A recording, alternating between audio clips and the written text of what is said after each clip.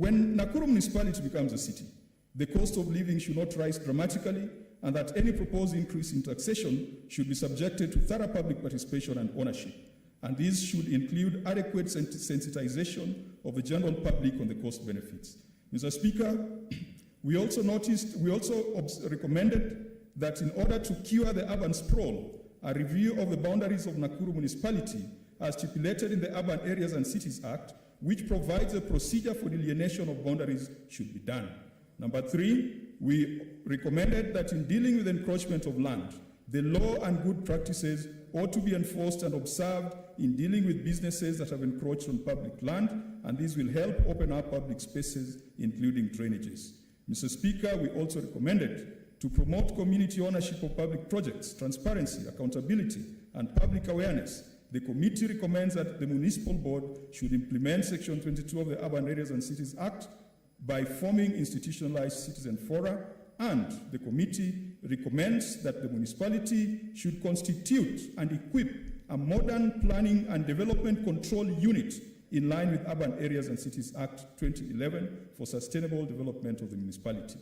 In considering the submissions of the ad hoc committee and in compliance with the provisions of the Urban Areas and Cities Act, the Committee on Devolution and Intergovernmental Relations therefore recommends to the Senate that Nakuru municipality be conferred with city status. Mr. Speaker, I beg to move, and I want to request, in the spirit of bipartisanship, that we apply in the Senate Standing Committee on Devolution to ask the distinguished senator for Elgeyo Marakwet, Senator Kipchumba Murkomen, to second.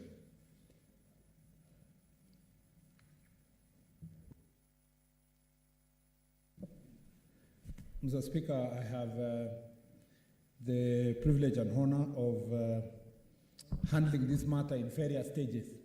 First, as a majority leader, Mr. Speaker, I was part and parcel of the Senate Business Committee when this matter came as a petition from the county government of Nakuru, and you directed the Devolution Committee, then chaired by Senator Kinyua, to interrogate this matter. In fact, Mr. Speaker, to be fair, it is the committee chaired by Senator Kinyua that started the bulk of the work, and which was inherited later by Senator Moses Kajwang, who is now the chair. And Mr. Speaker, you know what happened in this house. I was forcefully, Mr. Speaker, put into this committee. And I have no much objections because this is home. I used to be the chair. The first responsibility I had when we were elected in this house, that's long before Mutula Kilonzo came here, Junior. Mr. Speaker, I was the chair of the Devolution Committee. And it is one of the most interesting moments in my life because being a chair of the committee, you do more work in this house than when you are in the leadership, when you are the whip, majority leader.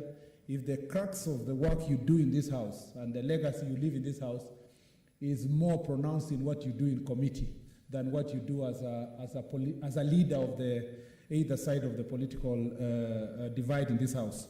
You can easily get the footprints of a committee chair in the Senate and fail to get the footprints of a majority leader, because that is where you do the real work itself in the committee. And Mr. Speaker, therefore, I am very, Mr. Speaker, privileged to be the one seconding this motion. In fact, I dare say, Mr. Speaker, in 2010, after 2010 Constitution was passed, I was privileged again, and I've said over and over again, to serve in the task force on devolved government, where we drafted all these laws on Urban Areas and Cities Act and qualification of towns, municipalities, cities.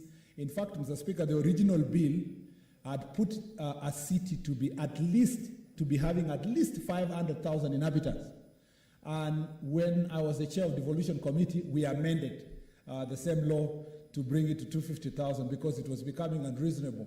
No town in the country was going to achieve the status of a city in the nearest future. And I'm happy that, Mr. Speaker, we have now reached a stage where, as a Senate, at least before the end of our term, we have the responsibility of considering an application from a county. I want to encourage county governments who are also having towns which have qualified to become municipalities to bring those applications here. before, Mr. Speaker, our term ends next year. So that if towns like Wote, Mr. Speaker, I don't know how far they have reached. I don't even understand why Machakos has not qualified by this stage to become a city, because I don't think Machakos lacks less than 250,000 people. Mr. Speaker, that becomes part of our work that we do in this city. I don't know when Iten, Mr. Speaker, will qualify to be a municipality. Mr. Speaker, you know Iten is one of those towns that even initially, the initial qualification of a town, it never qualified to be called a town. Because if you look at the jurisdiction of Iten town itself, everybody is there only during the day. At night, Mr. Speaker, there may be no more than 1,000 people in Iten town, yet it is the county headquarters of my county, because most people live either in Eldoret or they go back to their villages, Mr. Speaker. In fact, to make Iten a proper town, you have to combine it up to Tambach, and you know the distance, Mr. Speaker, is a bit long. So, Mr. Speaker, we have a responsibility here of approving this city of Nakuru. We looked at the qualifications, Mr. Speaker, or the previous team members, and in our final approval, Mr. Speaker, we looked at the qualification of the Act as the Chair has recommended. We looked at the issues, Mr. Speaker, that are the importance of Nakuru as a city. It's a city, Mr. Speaker, that it becomes a city as approved by this House. It will be akin to Nairobi, a city that is next to a national park, Mr. Speaker. A city, Mr. Speaker, that is at the center of the country. It has also attracted, Mr. Speaker, people of various communities who live in that very city. Mr. Speaker, Nakuru also provides us an opportunity, when this House approves Nakuru to be a city, the work of making Nakuru a city begins, because the minimum qualifications have just been achieved. The county government of Nakuru will have to work very hard to ensure that the infrastructure within Nakuru town, the Afra Stadium should not just be the only stadium that is in Nakuru. We want to see Nakuru to have 5 or 6 stadiums, Mr. Speaker, that can attract sports people to go and play in Nakuru. Nakuru is planning, Mr. Speaker, and already been recommended and approved for establishing an airport. We want that airport, Mr. Speaker, to be of international standard, where, Mr. Speaker, farmers from the middle part of the country can be able to export their goods. And those farmers include Mutula Kilonzo Jr., Mr. Speaker, who is a renowned farmer in Nakuru County. Mr. Speaker, my only interest in Nakuru is that, Mr. Speaker, I got a wife from Nakuru County. And so it would be part of that, the county, I would call my county-in-law. So, Mr. Speaker, Mr. Speaker, I therefore, because of the interest of time and the business that we have in this House, I want to say this about the various challenges that Nakuru County will have. One of the things they must deal with, as we have captured in the report, is planning.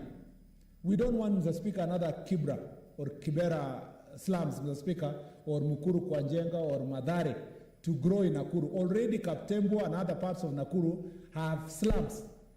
Mr. Speaker, it is better when it is only still 300,000 people, 350,000 people, that city is properly planned, so that, Mr. Speaker, we do not have the kind of structures that we have and the problems we have in Nairobi. If they don't do that, Mr. Speaker, by the time the population gets to 1 million, we will have a big problem of planning in terms of settlement in Nakuru County. The other thing that the Nakuru County must be able to put in place, Mr. Speaker, is uniqueness of Nakuru as a city. If you go to other cities of the world, you look at the buildings and they're unique. We don't want to have towns that all the buildings, Mr. Speaker, are boxes. The county government of Nakuru must put in place a proper planning department with a clear message to all people who want to invest in Nakuru, that if you want to build an office block, you must come with a unique architectural design. A design that looks like a flamingo, Mr. Speaker, would attract people to go to Nakuru to look at those buildings. But if you have a city, and I'm very glad that Nairobi City has established the upper hill, Mr. Speaker, and generally the upper part, the Kilimani area, not Kilimani per se, community area, Mr. Speaker, new buildings are coming up with unique designs. You don't want to have a city where you have only, this box, these are the box. If you look at Dubai City, Mr. Speaker, you will see every new building has different, Mr. Speaker, design that makes that city unique. have unique buildings that makes that city, Mr. Speaker, attractive to those who visit. We hope that, Mr. Speaker, the planning department will take seriously our recommendation on that regard and ensure that Nakuru has unique, Mr. Speaker, architectural designs beside having properly planned the city. Mr. Speaker, there will be also challenges, and the Senator of Nakuru has been very vocal. Senator Susan Kika has been very vocal, Mr. Speaker, on the questions of challenges that will accompany the establishment of a city in Nakuru. And one of them is, Mr. Speaker, first we discussed the issue of children. You know, a country and a government is judged not by its army, Mr. Speaker, and its might, but how it treats the poor and the marginalized, Mr. Speaker. And we want, Mr. Speaker, the Nakuru County government to take seriously the recommendation of the Labour Committee, and, Mr. Speaker, particularly when it comes to dealing with street children, and not just street children, including the homeless, Mr. Speaker, and the street families, because it's not only children who are living in the streets, it includes families. And those people are in the streets not by their own choice. They have been condemned by poverty, Mr. Speaker, to be in the streets. They should be punished more, Mr. Speaker. It should be the responsibility of the county to put resources to ensure that that city, Mr. Speaker, is able to protect its most vulnerable in the society. Mr. Speaker, that county also must deal with the question of transport. Again, the senator of that county, Senator Susan Kika, has been very vocal on this matter about, Mr. Speaker, and I've seen this in Eldoret and other towns, where public transport is condemned, Mr. Speaker, to some dark, dingy corner, so that when you want to get a matatu, Mr. Speaker, you have to go through a very dark route, Mr. Speaker, to get where you take public transport.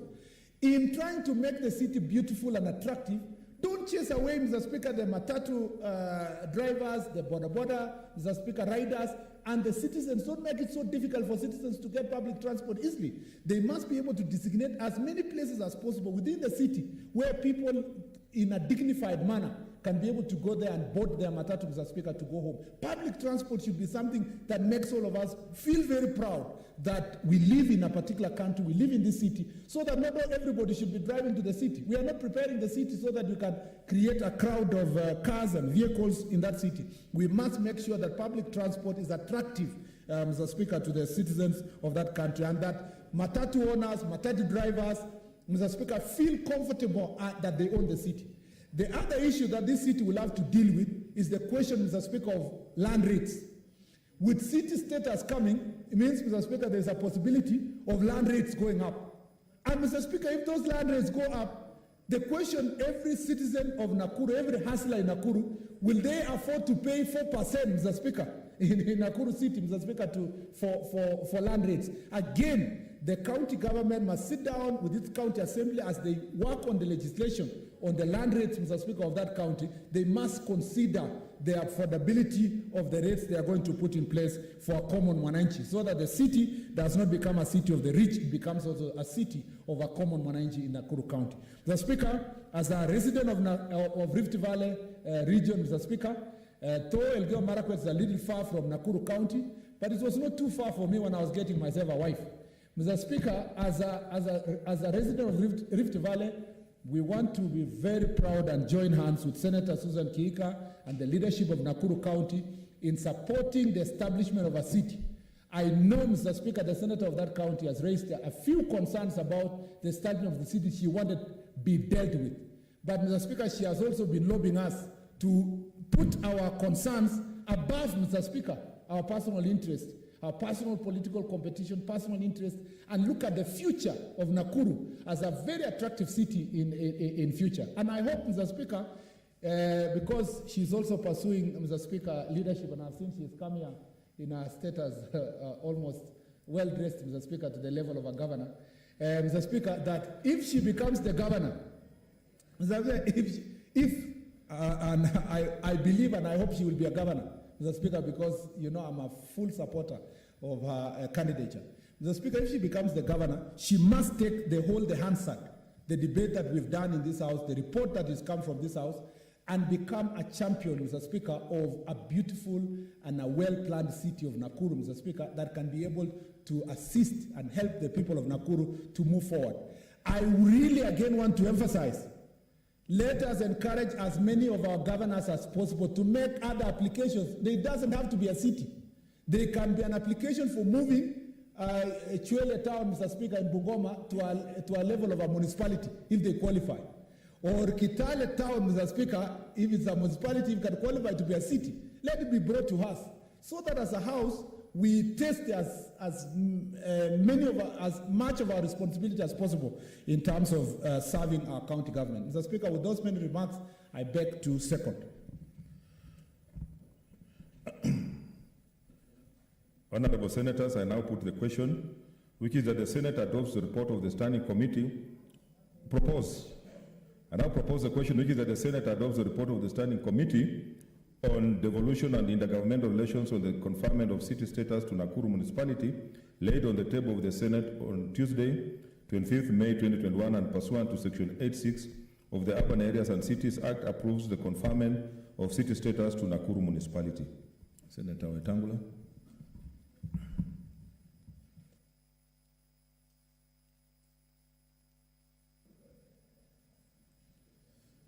Thank you, Mr. Speaker. Mr. Speaker, I stand to give my views on this report, the report of the Committee on Devolution. Mr. Speaker, Nakuru town was my first workstation after law school when I was posted there as a magistrate, then described as District Magistrate 2. That time, Mr. Speaker, Nakuru was the hotbed of the politics of Kenya. Careers were built and destroyed in Nakuru in no time. In fact, Mr. Speaker, the late Kariuki Chotara used to say, and I quote, serikali ya Nairobi ni ingine, na serikali ya Nakuru ni ingine. That was Nakuru for you, Mr. Speaker. And that time, Nakuru was a very beautiful, clean town. In fact, we used to be taught in primary school that Nakuru was the cleanest railway station in East Africa. Those days, when we were learning geography, the history of the railways and so. So it has a history. It also, Mr. Speaker, has a history of big farmers. We used to be told the story of Delamere mounting his horse in Naivasha and driving it until it collapsed of thirst next to the lake in Nakuru and say, this is the boundary of my land now. That is Nakuru for you, Mr. Speaker. Those days, Mr. Speaker, there was a gentleman called Hezekiah Oyugi. He was the PC of Rift Valley. He was the alpha and the omega of raw power in the management of public affairs. And Nakuru, Mr. Speaker, developed a reputation of being a very good place on one extreme and a very bad place on another extreme. It is also the city, Mr. Speaker, the town, where a member of parliament was charged, prosecuted, and jailed and lost his seat without a complainant. The late Maka Mithaga. My brother from Pokot remembers all this because even his career was truncated in Nakuru at one time. Mr. Speaker, if you go around the world, you find towns much smaller than Nakuru that have city status. If you go to UK, you go to Cambridge, it's a city, it's a small town. You go to Norwich, it's a city, it's a small town. You go to Coventry, it's a city, it's a small town. You go to Australia, you go to small towns like Banbury in Western Australia, it's a city. Canberra, a small town, is a city. So it is a question of what we really want. And I've looked at the report by the committee, and I don't know why my brother Moses Kajwan got carried away and made extravagant statements about the children that we were crying for. Because in the report, what he has written is different from what he said here. So I don't know what militated him to say those offensive words. But Mr. Speaker, conferment of a city comes with responsibility. To whom more is given, much more is expected. And if Nakuru goes to get a city status, it becomes our fourth city in the country. I can already see my close neighbors, Eldoret, misdescribing themselves as a city before we confer them the status. Even today in the papers, you're seeing Eldoret City Marathon is coming. I believe, Mr. Speaker, our Bungoma, in another 10 years, should be on this floor seeking to become a city. But we don't want to create cities for the sake of having a city. They must change the landscape, the aesthetics, the value of life in their midst. We should be able to make, Mr. Speaker, a situation where anybody driving from Kericho entering Nakuru sees the difference between a town and a city. Anybody driving from Naivasha entering Nakuru should feel the difference between the town of Naivasha and the city. And this, Mr. Speaker, you know, in the old days in the UK, and Mutula, I'm sure you remember this, you would not be conferred city status if you didn't have a cathedral, if you didn't have a public library, and if you didn't have good, well-managed public parks for people to recreate. Where is the Hyde Park of Nakuru? Where is the Central Park of Nakuru? Where is the City Park of Nakuru? We want, Mr. Speaker, as this status comes, greater responsibility must be bestowed on the shoulders of the managers of Nakuru, not to exert brutality on the citizens to create space for these facilities, but to acquire space and create these facilities for the citizens of Nakuru. I was horrified, Mr. Speaker, the amount of brutality I saw meted on people who had invested on railway land in Nakuru. It was horrifying. And some of them have come to consult me, Mr. Speaker, in dual capacity as a leader and as a lawyer. And you look at their papers, they had long-term leases from railways. They had paid railways rent for the land. Railways had concurred with their development programs together with the municipality, and some had leases for as long as 50 years.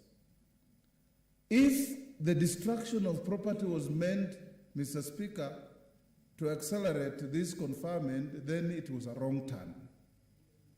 And it shouldn't be encouraged. I hope those people whose properties were destroyed have exercised their rights and gone to courts of law, because the documents I've seen from some of them have not only arguable cases but overwhelming cases for compensation, particularly from Kenya Railways. Mr. Speaker, I want to urge the managers of Nakuru, including my friend's daughter, Senator Susan Kihika, that now you must exhibit your leadership. We don't want, Mr. Speaker, and I'm sure my brother from West Pokot and even Murkomen, when they drive home, from Lanet to drive through Nakuru town takes you 2 hours, sometimes even 3. You remain on the same spot for 1 hour. A small town that can't manage traffic. We hope, Senator Susan and your team, I know you and the governor are running in opposite directions politically, but I hope, I hope that the leaders of Nakuru must now start expanding facilities and services to make Nakuru a place to be. I've seen signposts all over in Nakuru, you say, the county of unlimited opportunities. I hope some of those unlimited opportunities are not traffic jams. Because if they are, Mr. Speaker, then it is not a plus, it's a minus. I want, Mr. Speaker, to urge Nakuru to live to its old billing as a truly cosmopolitan city. Mr. Speaker, in the history of this country, Nakuru had Acheng Oneko, as a member of parliament at independence. Nakuru had Wafula Wabuke, elected there. Nakuru had Lualo Yondi, elected there. Nakuru has had Mark Mwithaga, elected there. If you look at those names, Mr. Speaker, you can see Kenyans who come from extreme corners of the country coming into Nakuru, then not as cosmopolitan as Nairobi, but getting elected. That is the character of Nakuru that we want to see. A truly cosmopolitan city where Luale Oyondi from a village in Butere stands and is elected a member of parliament and is liked by everybody and serves everybody and becomes a successful person. I would want, Mr. Speaker, to encourage Nakuru to remain what it is. You have Arama from the Kisi Nation, he's a member of parliament there. You have a young man, although he's not in Nakuru town, in Naivasha, called Palanga. He's an elected MCA. This is the kind of thing, Mr. Speaker, that you find in Tanzania. Senator Kajwang's brother, yes, is an MCA in Nakuru, a truly successful political family, appearing on the charts of Homa Bay, Nairobi, and Nakuru. I don't know where else they will be appearing. So, Mr. Speaker, so that others can speak, because we have several things ahead of us, we want to support this elevation, but we want to call the governor of Nakuru and his team to order. Mr. Speaker, the criminality of collecting street children, and I agree with Senator Murkomen that the value of society is measured by how you treat your disadvantaged citizens, the disabled, the aged, defenseless children, people with mental disabilities. You don't, Mr. Speaker, in our society, you know where we come from. Just because you have got a child who has a mental infirmity, you don't lock them in the bedroom because visitors are coming to your home, so that they may not be able to see that you have a child with a deformity. And this, Mr. Speaker, I'm sure runs through all African communities, that a child is a child regardless. And the shameful act of collecting children from the streets, and it has unfortunately happened in Nakuru and Eldoret, when the governor in Uasin Gishu collected children and dumped them at the leprosy center in Alupe, and others went and dumped them in Kitale because to him they looked like lawyers. Mr. Speaker, How can you tell the nationality of any community in this country by looking at somebody? We are, Mr. Speaker, so intermingled and intermarried that nobody knows whether Senator Bogisho is from South Sudan or from Kisumu or from Kakamega. How can you just look at someone and say this must be from this community? It is a very, very disheartening act. And I want to urge my friend Governor Lee Kinyanjui that now this Senate is giving you a city. It is not giving you a city to do ethnic cleansing and to weed out children and go and dump them. Murkomen, what is the name of that forest where there's a new dam? Chemusus Forest, infested with hyenas, lions, dangerous snakes, buffaloes, Mr. Speaker, and you dump children there at night. I want to urge, Mr. Speaker, the investigative arms of government to go to the bottom of that case. Nakuru, the city status is there for you. Please make all of us proud that indeed that is the place to be and that is the place we should be, and that when other cities in the making in this country look for that status, Machakos, Kakamega, Kitale, Bungoma, Kericho, Kisii, and even Kapenguria, when they are looking for that status, Mr. Speaker, Nakuru should be a case study.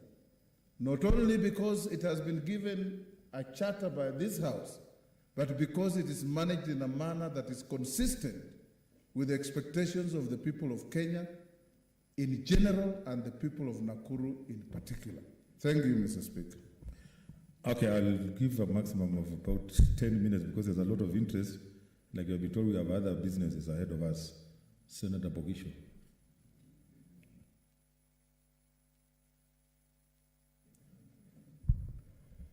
Well, thank you very much, Mr. Speaker, for the opportunity to support this report and to support that Nakuru gains city status, or, Mr. Speaker, that this House will be able to bestow that honor upon the town or the municipality of Nakuru. Mr. Speaker, I want to ride on the Speaker and what the speakers who have spoken ahead of me have said. I refer particularly to Senator Murkomen and Senator Moses Wetangula, who have spoken, and they have put the case for Nakuru so well. The case, Mr. Speaker, for any city that, or any municipality that may want to apply. The Speaker, you know that there are certain duties that are basically of interest to this House, and one of them is this one of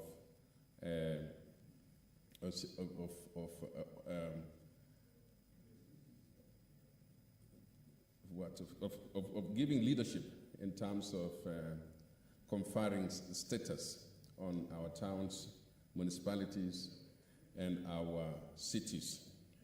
And Speaker, the time has come for us to do that now.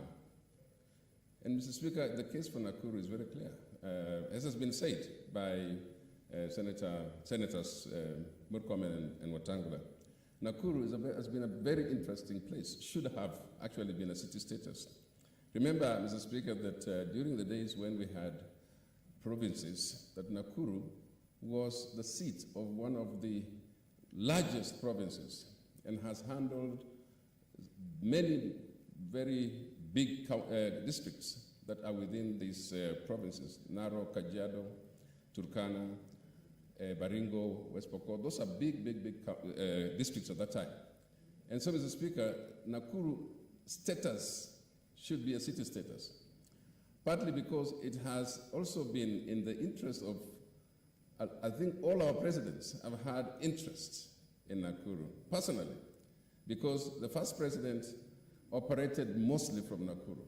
The second president, President Moi, operated and was based mostly in Nakuru. Mr. Speaker, those of us who have been in this politics for some time, would realize, Mr. Speaker, that when the President Moi was going to Nakuru, you know, all of us members of parliament sometimes found ourselves in the city of Nakuru, waiting to see the president. And it was so important. So Nakuru has hosted all of us, and Nakuru should therefore easily become a city. Speaker, one of the things about having city status, as has been said, is that you're now asking for more, and you hope that you can actually handle that more which is coming your way. You see, there are many problems that go with Nakuru being what it is right now. And so I'm just asking that if we do, and I hope this House passes this, we do get that city status in Nakuru. A lot needs to be done. You know, you can have a city, Speaker, you can have a city and people run away from that city. People can move away from the city and you lose actually the city status. If insecurity is not dealt with, and if, Mr. Speaker, those issues which have been raised here about children is not dealt with, people run away. Who wants to live in a city that discriminates, that has insecurity, where people can be collected from the street, Mr. Speaker, and nobody raises a finger? And Mr. Speaker, I think that really can be very unfortunate. The person that I knew last who did that was the former president in Uganda called Idi Amin, the dictator Idi Amin. When Idi Amin was made, Mr. Speaker, the chairman of OAU, which is the precursor of what we call AU now, and he was hosting the summit in Kampala. It is very, it was said, Mr. Speaker, that he collected all disabled, all street children, and they were dumped in the lake. And at least the ones who went to Chemususu were returned. But these ones I never returned. Mr. Speaker, it is humanity. It is good to accept that we have different capacities. We have people who are streetless. I mean, street people. They have people who are homeless. There are people who are disabled. There are beggars. This is nature, Mr. Speaker. We cannot become a city just because we don't have those particular ones. But most importantly, Mr. Speaker, a city has to have a semblance of a gate, an entry, exit, which is easy for people to come in. A city has to have, as it is, has been said, a sporting facility that Nakuru can actually have. Nakuru has land. Nakuru is big. Nakuru has farms, big farms. And Nakuru can expand very easily. Mr. Speaker, we need for this to become a standard, to set the standard for other cities that are going to be processed through this House, Mr. Speaker. And I hope that within a few years, a few months, that we are still having this Senate here, Mr. Speaker, that we can deal with many more applications like this, because it's one of those jobs that is specifically and uniquely given to this House. Mr. Speaker, I do not want to take too long to speak about Nakuru. Let me speak about the Nakuru that is bigger than the city, Mr. Speaker, the catchment area of Nakuru. Mr. Speaker, Baringo and is not far from it's actually part of the catchment area of Nakuru. A lot of people from Baringo live in Nakuru. The people of Kericho come to Nakuru. The people down to Naivasha on this side go to Nakuru. So there's a big catchment, Mr. Speaker, of this town called Nakuru. And because, again, we have a lot of people who are interested doing business and farming in Nakuru, it's very easy, therefore, for this support to be raised. The kind of monies that needs to be raised is going to be done very easily, Mr. Speaker. As I said before, presidents, members of this House have got interests in Nakuru that they can support and raise the funds necessary to transform Nakuru into a city status. Mr. Speaker, I do want to suggest this as I close, that the governor of Nakuru, whether there are differences or not with other leaders, should at once, as soon as they achieve this status, put aside these political differences, come together and build the city of Nakuru. That airport that has been talked about, Mr. Speaker, Nakuru needs to have an airport, a major airport, and become a city is not just going to be one of those small airports like the one in Kitale or what. It should be an international level airport. And so if that can happen, Mr. Speaker, Nakuru has a lot of commercial as well as produces from the farms that need to be taken directly from Nakuru out to the market. And I know, Mr. Speaker, that our sister Susan, who is here, will take up this matter, personally bring all leaders together, bring leaders from the greater Rift Valley if possible together. This is a city for Rift Valley, and all of us will be interested in this city, and we will support. I thank you, Mr. Speaker. Senator wako? Senator wako?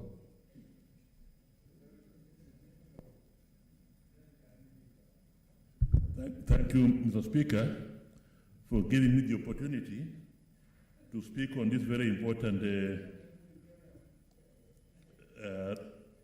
report by the Devolution Committee recommending the conferment of the status of city on Nakuru.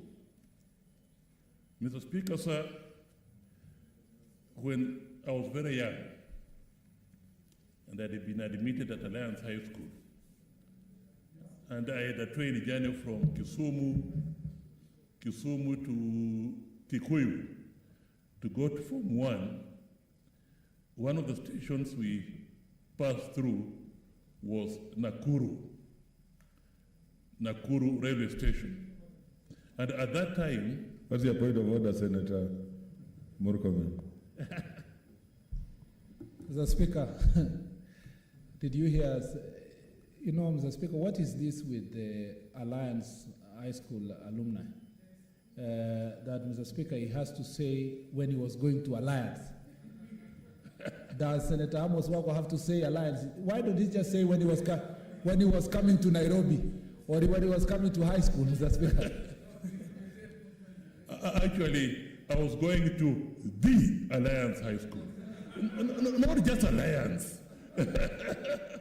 And of course, there are some late developers who never went to Alliance, but they have developed very well thereafter. And given the opportunity, the children may go to Alliance. Madam Speaker, when we reached Nakuru railway station, at that time, I'm talking about 1961. At that time, Nakuru railway station had been voted to be the best railway station in the whole of East Africa. And Nakuru town had been voted the cleanest town in the whole of East Africa. That was in 1961. We had not yet obtained our independence at that time. It was basically the headquarters of the white settler community. And they had really elevated to a status where it was the best town, clean town in the whole of East Africa. And it's my hope, Mr. Speaker, sir, that when we confer the status of city on Nakuru, they will work so hard as to go back to that status they used to enjoy as the best town, the best railway station, the cleanest town in East Africa. Mr. Speaker, sir, Nakuru, since that time, as we know, has more or less been the third headquarters of Kenya. We know Nairobi is where the president resides, parliament resides, is headquartered here. The judiciary is also headquartered here. But we do know that even at the level of the heads of state, it is Nairobi. Our founding father would either be Nairobi, Mombasa, and Nakuru. The second president would either be in Nairobi or Nakuru, and at times Mombasa. So Nakuru is a very central place which should really enjoy the status of a city. Mr. Speaker, sir, I was privileged about 3 weeks ago, a month ago, to undertake a 14-day tour of our neighboring country, the Republic of Uganda. And we visited most of the towns in Uganda.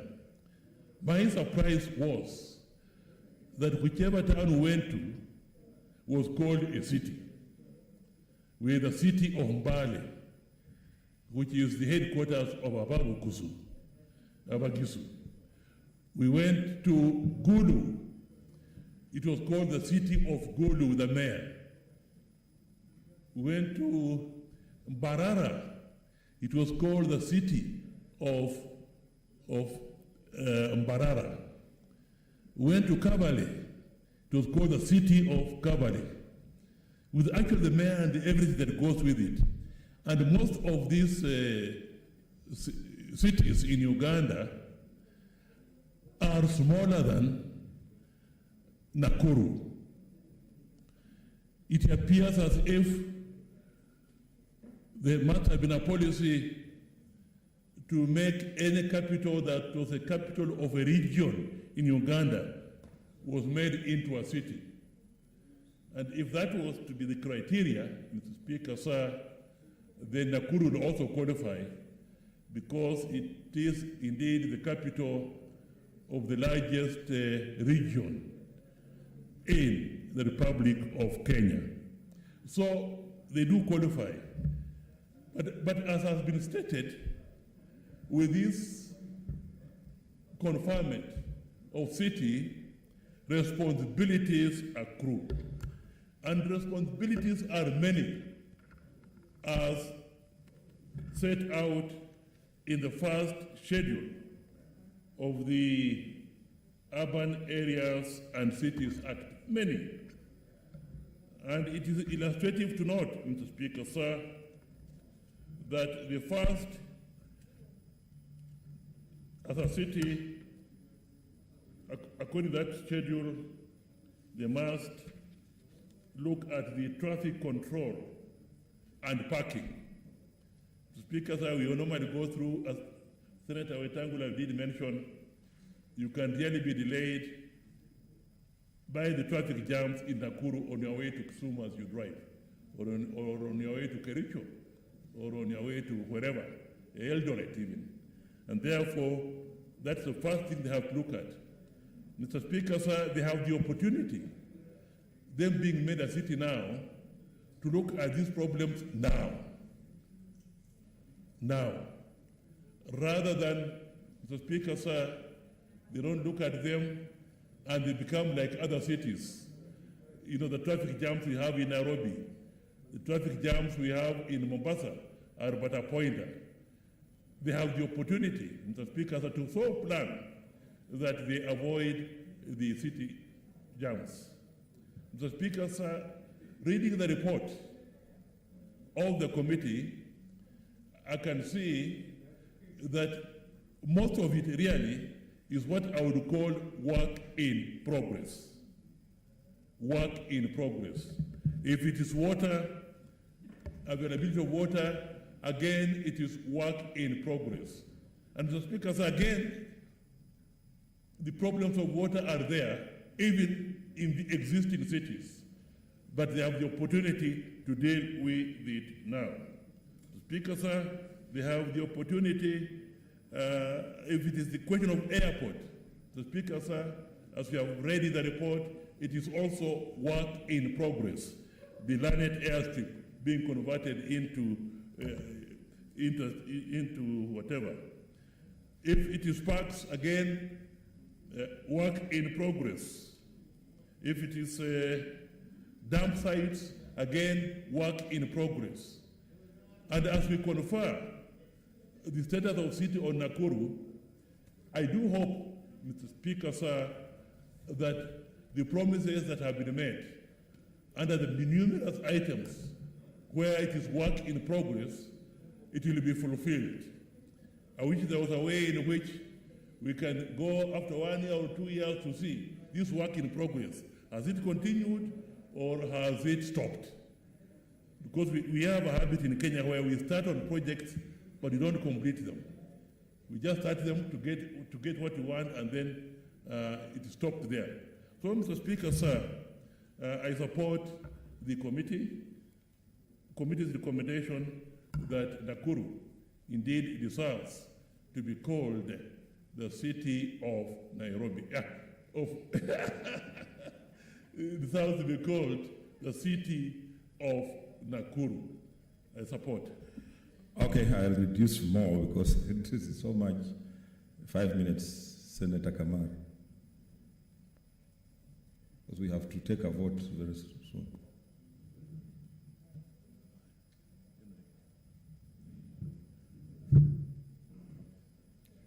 Thank you. And also online, continue staying online because we must vote for Kara and this, yeah.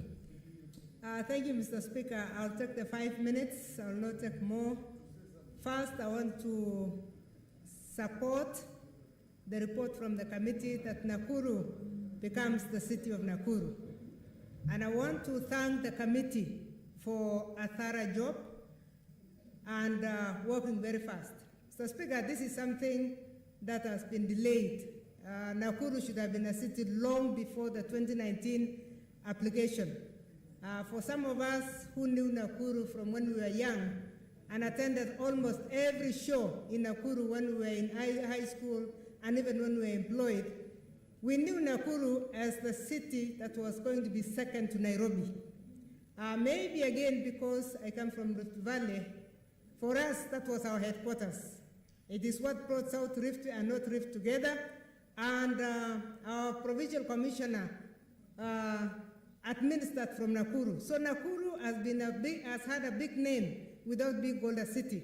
I want to congratulate the people of Nakuru and the leaders of Nakuru for preparing themselves well for this position.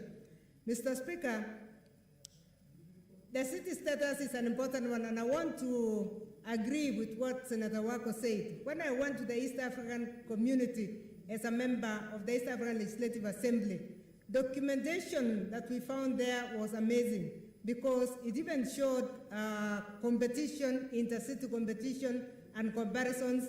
And what the Senator said about Nakuru being the cleanest was not only the city as the cleanest, but the East African railways and harbors had considered Nakuru as the best and the most friendly railway station. So Nakuru has had a lot. The only thing I would like to urge the leadership of Nakuru is that they need to bring back the old image of Nakuru. The Nakuru that we knew, the Nakuru that was extremely cosmopolitan as far as elected leaders was concerned, the Nakuru that was friendly to everybody. We want to bring that image. I know when a place grows in population, then we lose a lot if we are not prepared as far as the facilities are concerned. But I really believe that Nakuru can bring back its image. We have already seen it. The old railway in Nakuru has been cleaned so much that you can now see it even from the highway. So I would like to congratulate the leadership of Nakuru and with our sister here who has been talking about the international airport, we also urge them and ask government to move further and give Nakuru the international airport. Why? Because there are flower farms that are very close to Nakuru that do not need to bring their flowers to Nairobi. Eldamaravine, we have a lot of flowers. Around Nakuru, we have a lot of export flowers. So there are a lot of export goods that can exit actually through Nakuru to the international market. Finally, Mr. Speaker, I know we are going to be the next in line. We've already named ourselves as the city of champions in Eldoret, and I really believe that we are going to be the next. We have just been waiting for Nakuru to move out of the way. So because Nakuru is out of the way now, we can prepare ourselves and come here. City status, we know, is very important for any town or any upgrading of a town. Basically because it attracts a different kind of clientele. The kind of tourists that will come, even flow into Nakuru now, is going to be very different. Mr. Speaker, Nakuru has been known because of the flamingos from the 50s, from the colonial days, but we need to prepare it for the kind of tourists that will be attracted to these kind of facilities. So Nakuru, congratulations, and we look forward to other counties coming forward, like, and I join Senator Murkomen actually in challenging the other governors to come forward. Mine should be the first one because we already have named ourselves County of Champions. With those remarks, I support the report of the committee. Thank you, Mr. Speaker. Senator Chila Yako, virtual, 5 minutes. Chila Yako.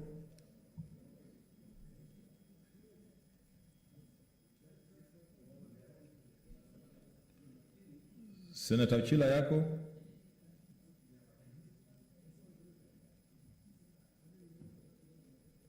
Okay.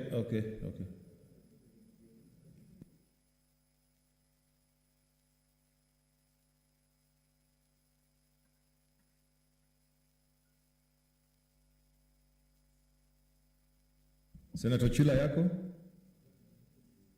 We're just seeing things like cinemas. It looks like fireplace, like a cinema. Senator Chila yako? Assumingly we can't get him. We can get Rose Nyamunga.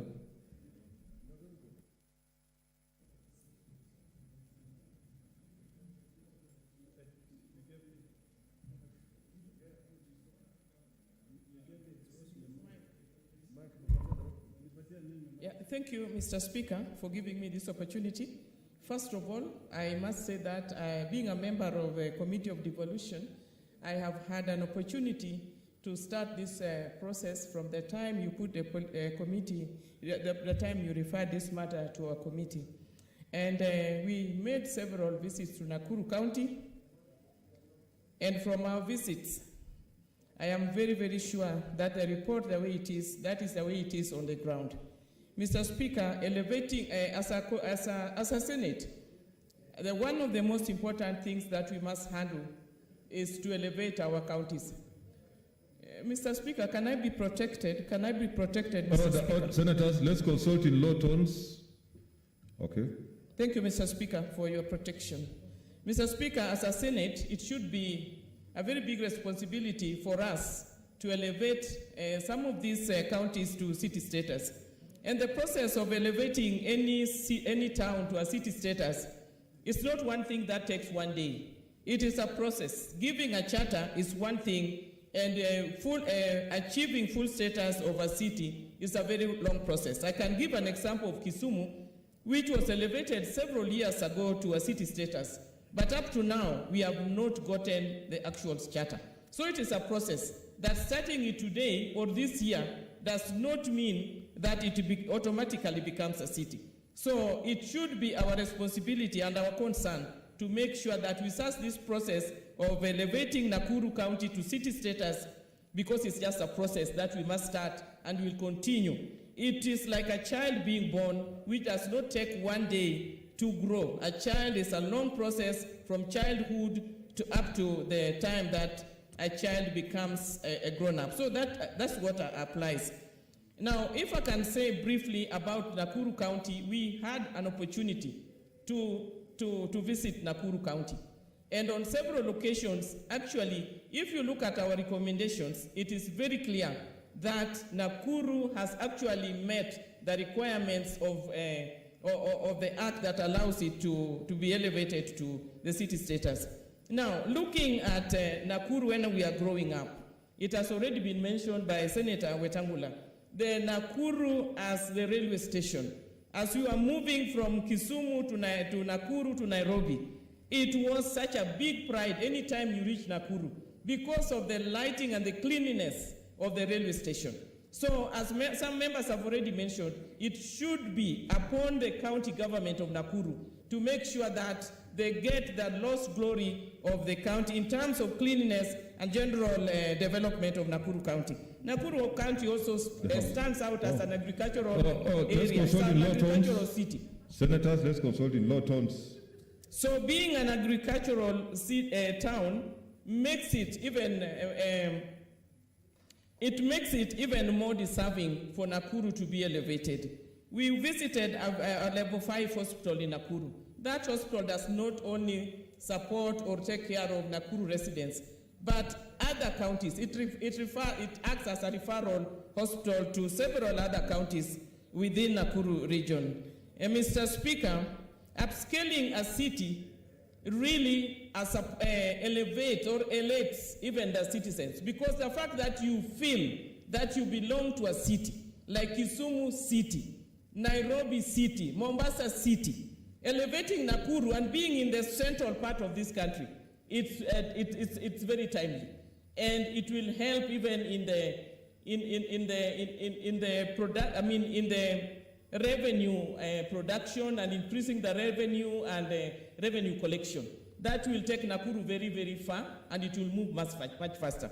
Nakuru is one of the cities that is very fast growing. So by elevating Nakuru, we are going to achieve general growth in this country and in the Rift Valley as in general, and in Kenya as a country. So I may not have an opportunity to say much, but I want to urge members that it is important that we support this motion to make sure that we elevate Nakuru as a city, and also to make. I know there are issues of the street children. Those are issues that we have to deal with, and that should not stand on the way of Nakuru being elevated, because actually it meets most, if not all, the requirements. But issues like that, which have been raised and under other committees, should be taken care of to good conclusion, to make sure that the children are taken care of. Lastly, Mr. Speaker, the issue of garbage collection and processing. Nakuru is at a very high and a very advanced stage of processing their waste. And to the extent that they are even they are adding value to it and selling it. So to me, that is a good step. And also handling the drainage system and the Lake Victoria, the Lake Nakuru, which has a problem and we always been over flooding, which is very rare, because I thought it is only Lake Victoria that we have these floods, but even in Nakuru we have that. So the drainage system is also being addressed. So with those few remarks, Mr. Speaker, I support the report, and I support the elevation of Nakuru support the elevation of Nakuru to a city status. I thank you, Mr. Speaker. Senator Nderitu? Okay. Senator? Senator, okay.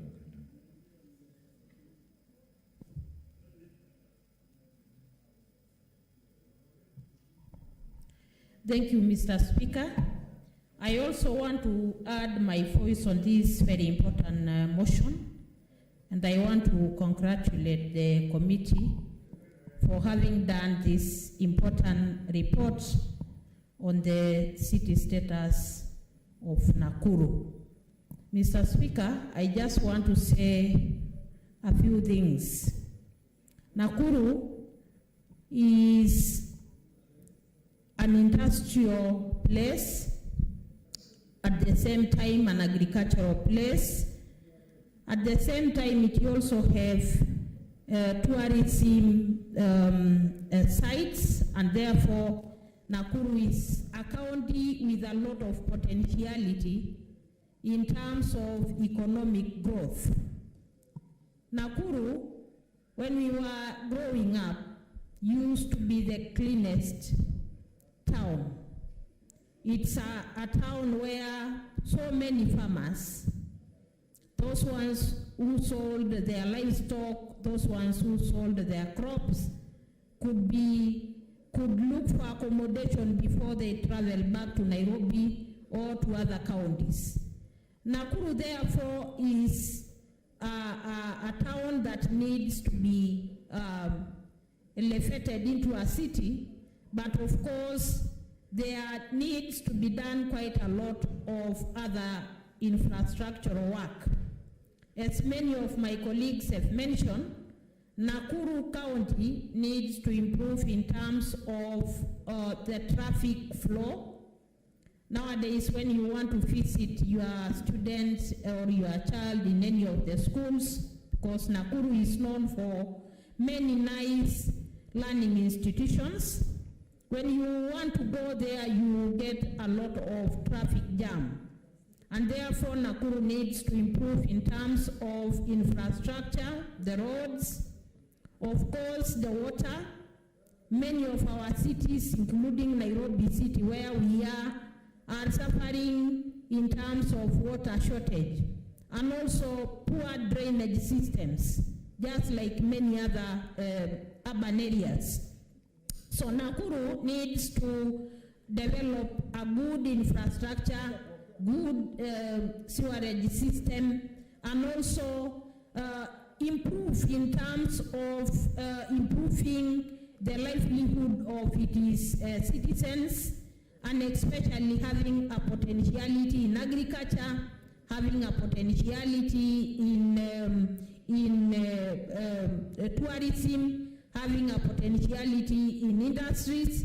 It should also try to help its citizens in terms of growing up their economic activities. I therefore support that Nakuru needs to be given this status as soon as possible, but the county government leadership of Nakuru should try to sit down and come up with proper plans for the city. I support. Senator Wambua.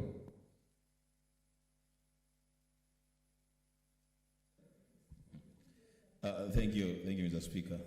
I see two senators almost fighting on your face. Mr. Speaker, I want to add my voice to this debate on Order, senators, let's consult in low tones. the report of the Devolution Committee on the conferment of city status Let's consult in low tones. to Nakuru municipality. The Speaker, I take notice of the fact that the management of the municipality has followed the critical path in seeking to be conferred the city status. But, Mr. Speaker, and I want to be very, very honest on this matter, the Committee on Labor returned a verdict through a report that was adopted by this House on the mistreatment of street children by the county government of Nakuru. The Speaker, what is a lot more disturbing about that report is that the children that were collected and dumped in a forest to be eaten by hyenas and other wild animals, that action was taken, Mr. Speaker, with the express intention of Nakuru applying for city status. Mr. Speaker, it's inhuman, it's despicable, Mr. Speaker, that a government would think of treating their own children in such a manner so as to advance their status. The Speaker, it is true that municipalities that do well in terms of infrastructure development, in terms of an improvement in security, in terms of healthcare, in terms of solid waste management, in terms of governance and supply of other basic amenities, such municipalities should be rewarded, and rewarded with elevation to city status. The Speaker, there are issues that have been raised by the Devolution Committee and the Labour Committee when it sat in Nakuru. And one of those issues, and I was actually having a conversation with my leader here, the Senator for Bungoma, on the issue of the release of raw effluent into Lake Nakuru, the Speaker. An activity that is killing the lake and everything around that lake. The Speaker, whether this Senate today decides to elevate Lake Nakuru to city status or not, that is a matter that the Speaker, Lake Nakuru.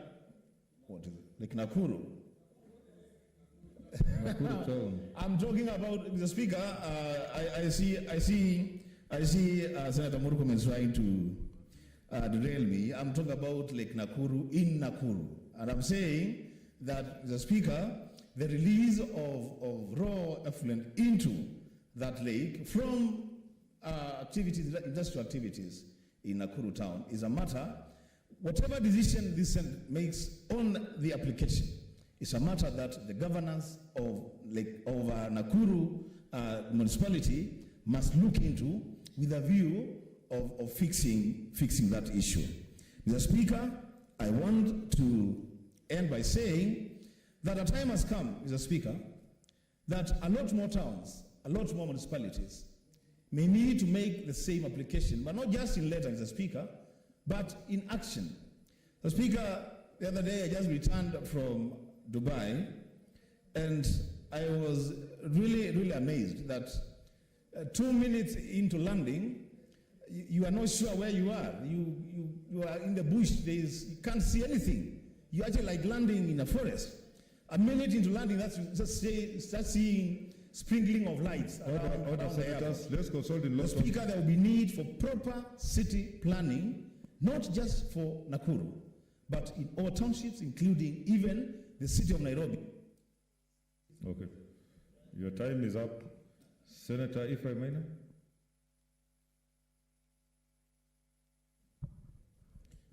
Thank you, Mr. Speaker. I rise to support the elevation of Nakuru to city status. Mr. Speaker, Nakuru historically in this country is a very important town, and Nakuru, Mr. Speaker, was not just important. Nakuru really is the center and the engine of economic development in this country. It was. Agriculture in this country was centered around Nakuru. When Kenya was Kenya, when in Kenya, things worked in the way they worked, Mr. Speaker.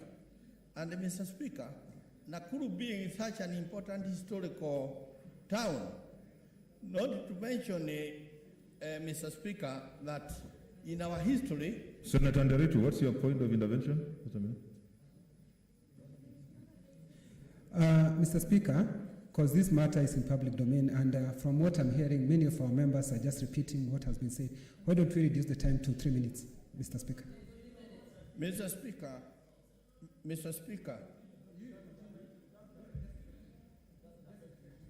okay, okay. Mr. Speaker, I'm told it doesn't affect me. Now, deduct those minutes and we start again. Okay, proceed. I'll give direction after you speak. Anyway, Mr. Speaker, I am saying agriculture is a very important town in this country, and Mr. Speaker, elevating to the city status is an important step. But Mr. Speaker, let us all be fair. Towns have been elevated in this country, and I want to call upon the administration in Nakuru to live to expectation. It will call upon them to actually open up their minds and try to make the city have its kind of a monopoly status where when you go to other countries, you hear such and such a town is known to be the center of steel industry. When you go, you hear such and such a town, it is the center of electronic inventions and manufacturing. You hear such and such a town is known to be the center of the agricultural processing in this country. Let us, the people, the administration in Nakuru, be able to try to actually stand it and see the advantage they have, and elevate Nakuru to that special status, Mr. Speaker. Mr. Speaker, there is something mentioned, and it is something that I would like to call upon the administration in Nakuru to do something. Having beggars, having poor people among us, having street children, we should be feeling guilty here, and we should be feeling guilty up in heaven when we go there. That we created a society where the kind of children that were loitering in Nakuru were there. But, Mr. Speaker, they must do all that pertains to be done to ensure that they remove this blot on their face. Taking innocent children, dumping them in a forest, or taking beggars and locking them somewhere, that was Hitler. It is not something that present-day democratic institutions or governments should actually tolerate. We should be feeling guilty in the first place that we created these children, Mr. Speaker. These children are there because the society the country as we know it today, resources are not going into actually developing the lives of the people. Resources are being siphoned. Personally, I think nearly 80% of the resources we keep on voting here to counties, it goes not to any useful use. It just goes into waste. Therefore, Mr. Speaker, I would call upon the administration to ensure that they do all that needs to be done. Mr. Speaker, I would also like to call on Nakuru. Being a very important cosmopolitan town, it still remains a hotbed of our politics. It has always been historically, and even now. I think I would like to call the leadership around Nakuru and the environment. You know, we have people like Mr. Mokomen here. He's talking and saying Nakuru is area. Please, you come together and bring the tempo down of this hot. Your time is up. Senator Mutula Kilonzo Jr. Thank you, Speaker, for the opportunity. At the onset, Mr. Speaker, I must say that while we support the idea of Nakuru being a city, because a lot of us are investors in Nakuru, I must mention, Mr. Speaker, that the question of the street children is something that cannot get out of my mind, because this is a matter that I witnessed in person. Mr. Speaker, the acts committed by the Nakuru County government are criminal, they are evil, they are devilish. We have impeached governors for lesser offenses. But since Nakuru is bigger than Governor Lee Kinyanjui and his government, we will elevate Nakuru. And we hope, first of all, the people of Nakuru will remove this governor from office, and the DCI is going to charge these fellows for murder. Because 4 people disappeared. The Bible tells us that God, our Father, is the father of all widows and the father of all orphans. Simply because nobody is going to ask where these 4 children came from because they have no relatives. These people are Kenyans. And it cannot be right that Eldoret can dump children in a forest. It cannot be right that Nakuru can dump children in a forest and we wish it away. I would have preferred, Mr. Speaker, and we have human rights defenders in this Senate, that this motion would have included a call for action to say that a petition filed here by a committee is not a resolution of the Senate, is pussyfooting around an inhuman action. It's very sad. Nakuru is a beautiful city with flamingos, freshwater lake, or parks, beautiful places, gardens, and everything else that a city should have. It is actually surprising that Nakuru has not been a city. It's actually surprising when you walk around the streets in Nakuru and it's so crowded because of mismanagement. Nakuru used to be the hotbed of all the politics in the country. The President Mo used to spend a lot of time there. So, Mr. Speaker, we will support this because we know that by elevating Nakuru into a city, you bring greater things to the city, you improve Nakuru with 11 constituencies and elevate it. But I must say that this governor has disappointed me to a great extent. It's the same town, same county, that 48 people died because of a dam belonging to an Asian. And the governor just ignored because this fellow funds all politicians in Nakuru. I must tell you that, Mr. Speaker, the politics. Ochila Yako, what is your intervention? Senator. Thank you, Mr. Speaker. Mr. Speaker, I am reluctant to interrupt my whip, but he made mention of the fact that a dam belonging to an Asian, I think in the interest of unity, we should not condemn a community. We should, I want to put it in perspective. If you say that dam belonging to a Luo, you are condemning the whole Luo nation. So can you please, for the sake of national unity, isolate that Asian? Because there are many good Asians also. Thank you, Mr. Speaker.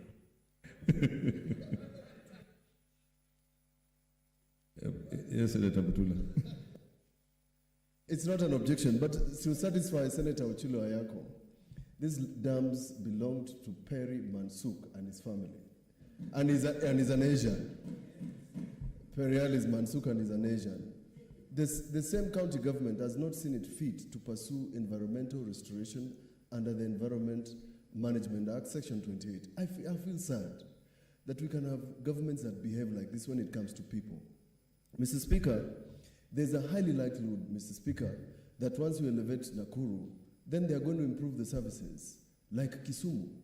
Kisumu is a clean city because Anyang' has put in proper mechanisms. Governor, it is. No, you must say it. Let me just tell you.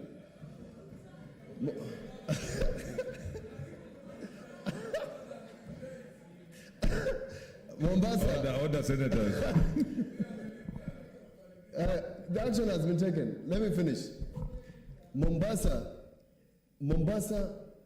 upon its elevation and upon Governor Joe listening to the plight of people who were concerned, cleared Kibarani. But even after clearing Kibarani, they are still dumping their waste next to where people are living. So I hope in Kiembeni, it's terrible. They have done the same in Kisumu in terms of dumping of waste. It's unfair that governors cannot find proper. I'm told there's a point of order from Senator Sakaja. Oh. Virtue. Senator Sakaja.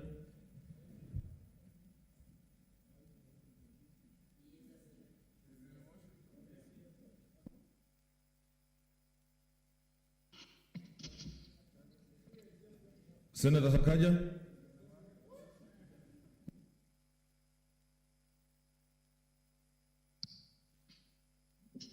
I think we have a challenge.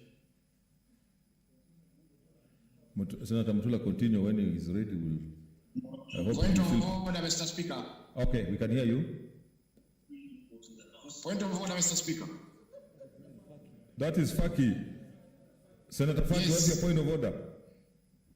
Yes, the dump site in Mombasa is in Makirunge. Put on your video. Put on your video. Yes, point of correction, Mr. Speaker. The dump site in Mombasa is in Makirunge, not Kiembeni. Okay. Makirunge is about 10 kilometers from Kiembeni, where there is an estate. Okay. So I want to inform Senator Mutula that the dump site is in Makirunge, not Kiembeni. Okay. Secondly, Mr. Speaker, the connotation of saying an Asian, that connotes racialism and which should not be allowed in the Senate. Thank you. Okay, Senator Mutula, conclude. Mr. Speaker. Okay, Sakaja. Let's see you. Sakaja. Thank you, Mr. Speaker. Mr. Speaker, allow me his own speaker. We can, okay. You see me? Yes, okay. Mr. Speaker, yes, with the member, I'd like to be informed. I want to give him information. And I think for clarity of the House before making the contribution, is that, Mr. Speaker, what the Committee of Labour did, because we went to Nakuru, and I think Senator Mutula and others have explained the factors or the issues surrounding the dam, which is a fact. Mr. Speaker, what the Labour Committee recommended was that, Mr. Speaker, the county government, because the assertion there was that this was done so as to gain this status, was that until the county government demonstrates efforts it is making to resolve this, Mr. Speaker, because it's criminal activities that happen, until they show what efforts they're making to do this, that this process will be suspended. Mr. Speaker, we have not said that Nakuru should not become a city, but they must show us efforts being made towards this. Is that a point of order you are making a contribution? For us to get this status, we need to do 1, 2, 3 things. Order, Senator Sakaja. It's a point of information, Mr. Speaker. Point of information, okay. Mr. Speaker, it's a point of information. Okay. And Senator Mutula has agreed to be informed. So I'm informing the House that what the Labour Committee, because we committees, Labour Committee, after dealing with that and we're still following up information, poses the process until the governor and the county can demonstrate towards resolving it. Now, they have not demonstrated it, and the other committee has thus ignored another committee of the Senate. So, in fact, ideally, Mr. Speaker, this, until the governor comes and demonstrates the efforts they are making towards addressing the plight of street children, Mr. Speaker. So I don't know what the rush is. SBC had said that this debate be deferred. It has come in supplementary. No, that is out of order. Has been, and the people. Okay. You are sneaking in and arguing continue, Senator Mutula. Oh, okay. Mr. Speaker, I will contribute when I contribute, but that. Okay, proceed. Mr. Speaker, oh yes, I had to wait for him to finish. Mr. Speaker, in conclusion, to say that we hope that action will be taken on this county, but again, we hope that other cities can be elevated so that they can benefit from what it is that comes from national government, particularly on development of roads. We must insist that these cities become part and parcel of what is called KDSP, where cities can then benefit from World Bank in terms of its elevation. Nakuru cannot be another city where it's a one-street city. It must be improved. We insist on those things. Thank you, Mr. Speaker. Senator Professor Kindiki.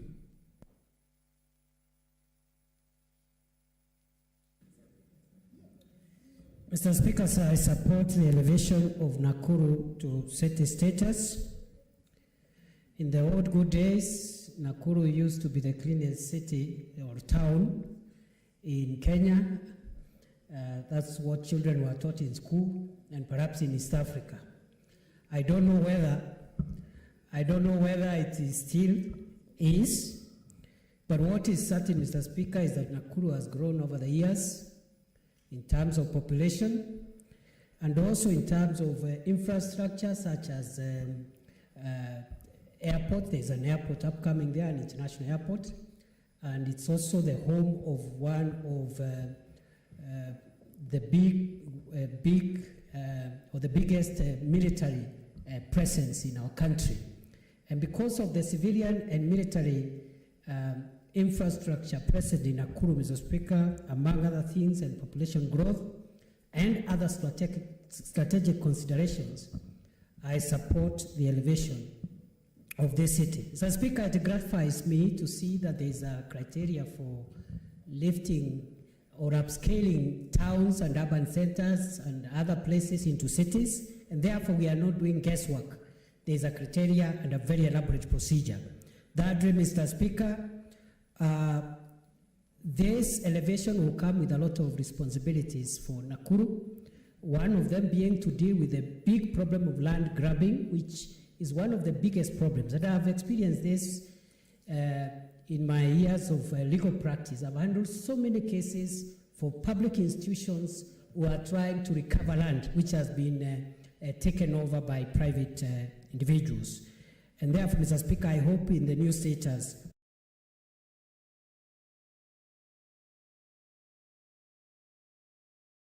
it has enough space for infrastructure. Mr. Speaker, I also want to say that city status comes with certain challenges, but it is my submission, Mr. Speaker, that the benefits of city status by far outweigh the challenges, such as greater taxation. Of course, we must speak the truth, that taxation and land rates and other things after elevation will go up, but there are more benefits than the challenges or problems that will be associated with the new status. Mr. Speaker, also, very quickly, I want to say that when we did the Urban Cities and Amendments Act amendments, I think 2-3 years ago, we also included that counties which did not have headquarters and which are being supported by national government to put up headquarters, such as Tharaka Nithi, Taita Taveta, Isiolo, and Tana River, and Nyandarua, that automatically these county headquarters becomes municipalities. So I hope, because it was some form of affirmative action for these counties, we hope that the program that is in place from national government and the international development partners, such as the World Bank, especially the Kenya Urban Support Program, does not discriminate and push all the money to the big cities like Nakuru, Nairobi, Mombasa, and Kisumu, which are coming also for similar status, and forget these places which were elevated to ensure that they also have credible county headquarters. So I am arguing for some kind of affirmative action still, so that these 5 counties especially, which did not have headquarters, can also have their headquarters increased by pumping more resources, regardless of the city, of the status of the municipality. Mr. Speaker, I do not want to belabor this too much. I'll only say 2 other points and I end my submission.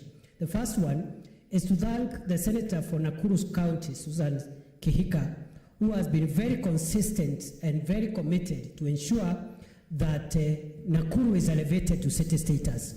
She has lobbied many of us, and I am one of those people she has lobbied, and I want to assure the people of Nakuru that they are ably represented before this House. Having said that, Mr. Speaker, I want to say one last thing, which is, however beautiful this idea is, and however the county government of Nakuru has tried to also support this.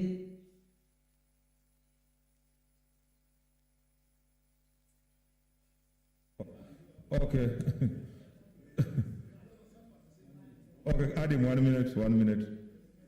He's a whole professor. Thank you, Mr. Speaker, for your indulgence. I just wanted to summarize and say that the issue of the children who disappeared, 5 of them who have never been found, must be addressed. Whether we pass this motion or not, we want to make sure that the county governments become accountable. Because, Mr. Speaker, we are talking about orphans and children whose parents and relatives are unknown. And, Mr. Speaker, I believe this constitutes crimes against humanity, irrespective of the number of children, so long as we can prove a government policy to enforce forced displacement. Thank you, Mr. Speaker. Senator Olekina.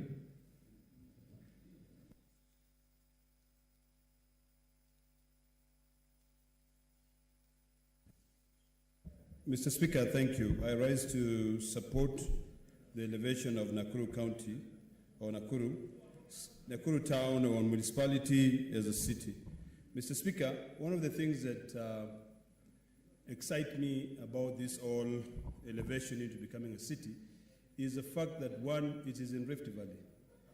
Number 2 is that when you look at ONSO's revenue collection, Nakuru County is number 3 in terms of ONSO's revenue. Nakuru Town collects more money than even Mombasa and Eldoret and Kisumu, who are the 2 counties that have cities. The amount of money collected by Kiambu is the next county that I hope that soon... Let's consult in low tones, so I can see... let's consult in low tones. Thank you, Mr. Speaker, for your assistance there and protection. Mr. Speaker, there are a few things that I want to point out here. That although I support the elevation of Nakuru municipality into a city, it comes with a lot of great expectations. We in this county expect more things to come out of that county, where we hope that with more taxation expected to be charged to the people, there'll be a lot of more public participation, engagement, so that people will be able to know what they're paying for. Mr. Speaker, I've gone through the report, and one of the things that excites me also is the fact that this Senate is the only house of parliament that elevates municipalities into cities. And I hope that when we do this, during our time here, we will not only do Nakuru, but Eldoret and hopefully Kiambu. And I do so, and I say this because of the revenue that comes in.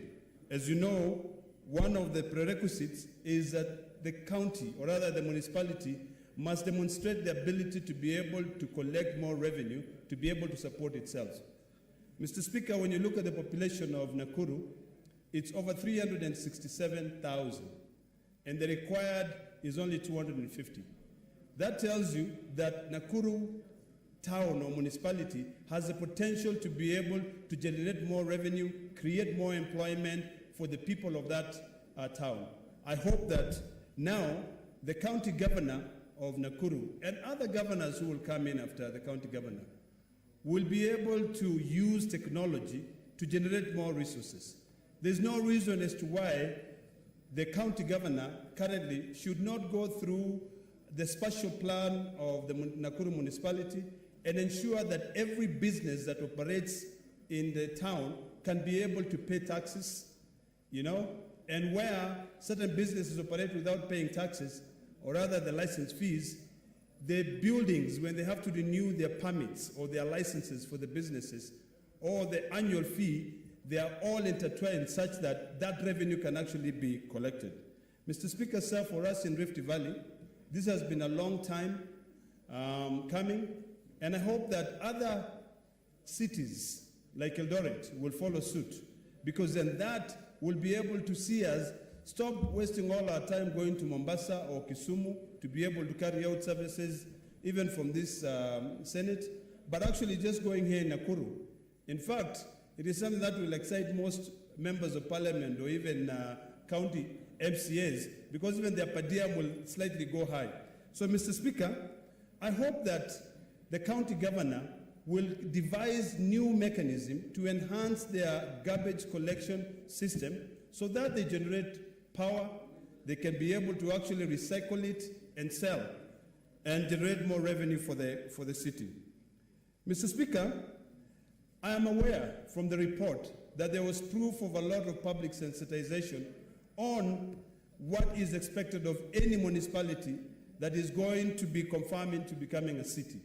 But I want to emphasize on the following, that the MCAs of Nakuru County must actually spend most of their time enlightening or, educating their citizens that now that you're becoming a city, there's a lot that you'll expect, some which will come, which will not be good, and you must be prepared to be able to know how to deal with it. Mr. Speaker, sir, it is true that when you look at Nairobi as a city, there's a lot of insecurity in certain parts. That will not leave Nakuru once Nakuru becomes a city. There'll be a lot of more traffic. There'll be more money going into Nakuru. So the planning of Nakuru has got to be taken into consideration. And I would actually request that instead of people just going benchmarking all over, they can go to Rwanda and see how Kigali has been elevated into one of the best cities in the world, a very clean city.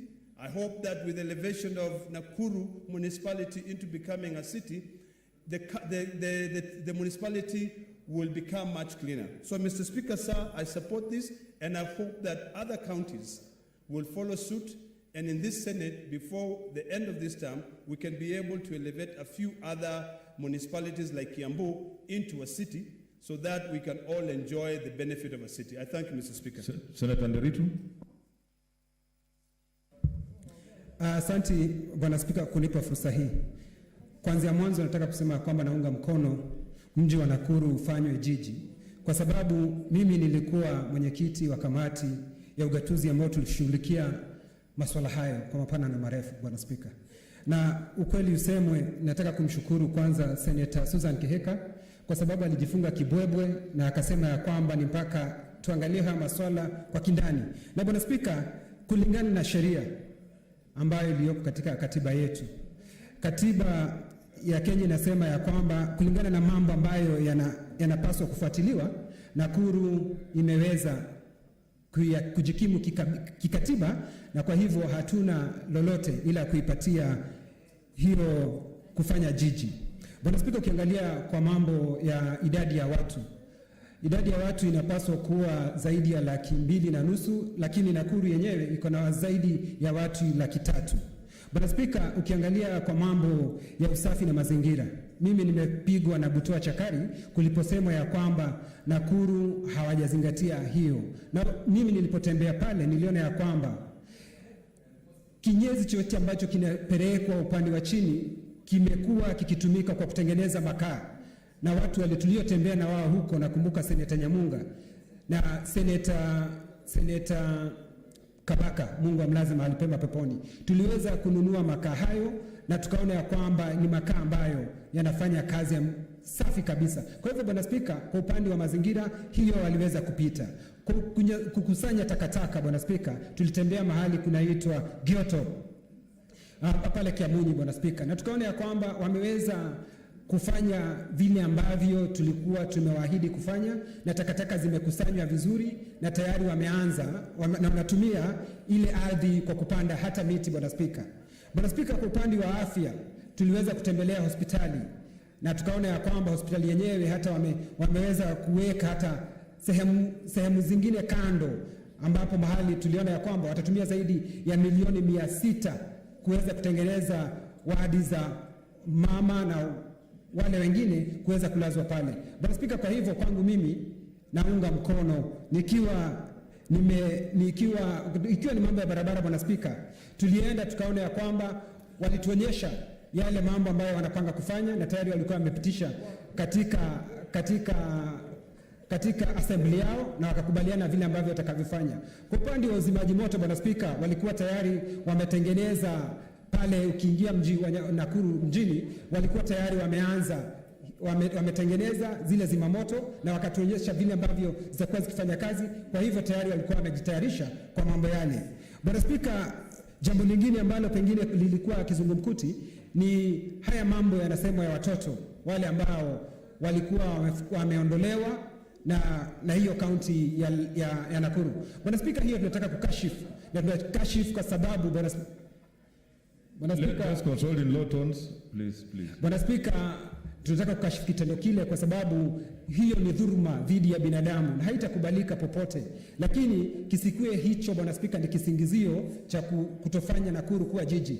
Lakini sisi tunapinga jambo lile, halipaswi kufanyika na katika kaunti yoyote. Hata tuliona jambo lile likifanyika katika kaunti ya Uasin Gishu, Bwana Spika, na kwa hivyo tunapinga jambo kama hilo, lakini sisi tunaunga mkono. Mimi kama nilipokuwa na manufaa nilikuwa mwenyekiti, Bwana Spika, lakini kwa sasa naunga mkono kwa sababu mambo yale ambayo tulifanya mimi nashikilia na tuliyafanya kwa uhuru na uwazi, Bwana Spika. Kwa hivyo Nakuru kufanywa jiji, hata watu wa Nyahururu, Bwana Spika, watatembea huko, watu wa Meru watatembea huko, watu wa Olkarau, watu waliopakana na sehemu hiyo, Bwana Spika, wataweza hata kupata kazi pale tukifanya lile kuwa jiji na mambo yaweze kuendelezwa mengi, Bwana Spika. Mimi nina hakika na nina imani ya kwamba mambo yataweza kufanywa vizuri, na nimshukuru tena Seneta Keheka, na amenikumbusha leo asubuhi, ameniambia nisisahau, na nikijaribu kusahau itakuwa ni kosa, itakuwa ni dhambi, itakuwa ni laana kwangu mimi ikiwa sitaunga mkono. Bwana Spika, naunga mkono Nakuru kufanya jiji. Asante Bwana Spika. Senator Chila yako.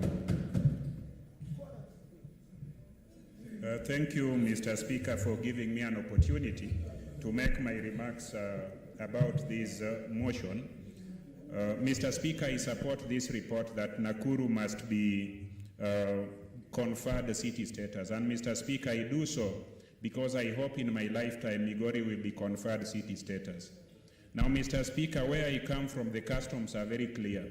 The oldest child, son or daughter, must get married first, in that order of birth. And since Nakuru was born earlier than Migori and other cities like Machakos were born earlier, I want us to expedite this process so that the turn of Migori comes very quickly.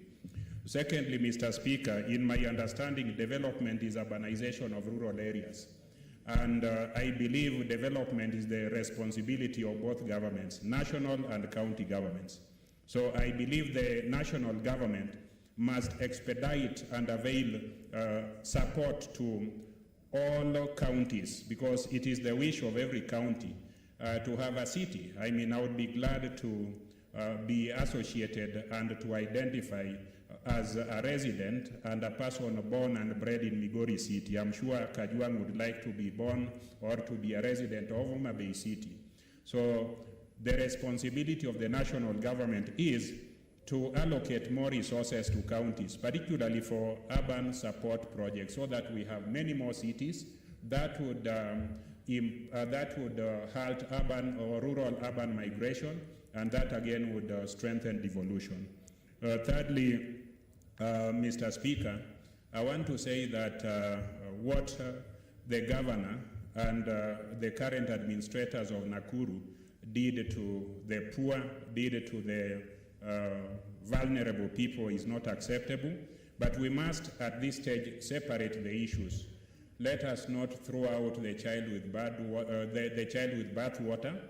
Let us ensure that if there is any punishment, and there should be, it should be visited on the individuals, but we should not pass this report by hurting the image of Nakuru city. Nakuru is a city, and a city must have a soul, it must have a character, and it must have identity. So that identity that it is tied to it must be cleansed, and I believe the individuals who did this bad act have made the record be muddled or be muddied by their bad behavior. Otherwise, Mr. Speaker, I support this because our turn is coming, and I believe when our turn comes, I will be a resident and the governor or senator of Migori City. Thank you very much, Mr. Speaker. I support. Senator James Orengo.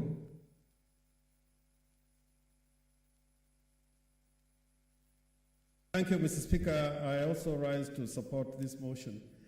Originally, I was waiting the speech to be made by the senator for Nakuru, but I've been told she is supportive of this motion, and I think this is very good in terms of the fact that she's taking leadership in this motion to give the people of Nakuru what they deserve.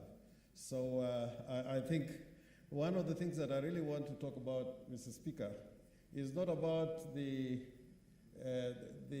parameters of elevation of cities or towns into cities, or to achieve status of a city.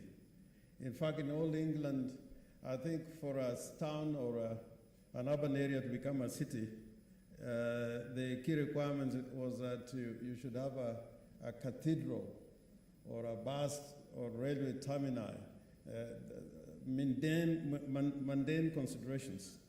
But Nakuru has had a very big history.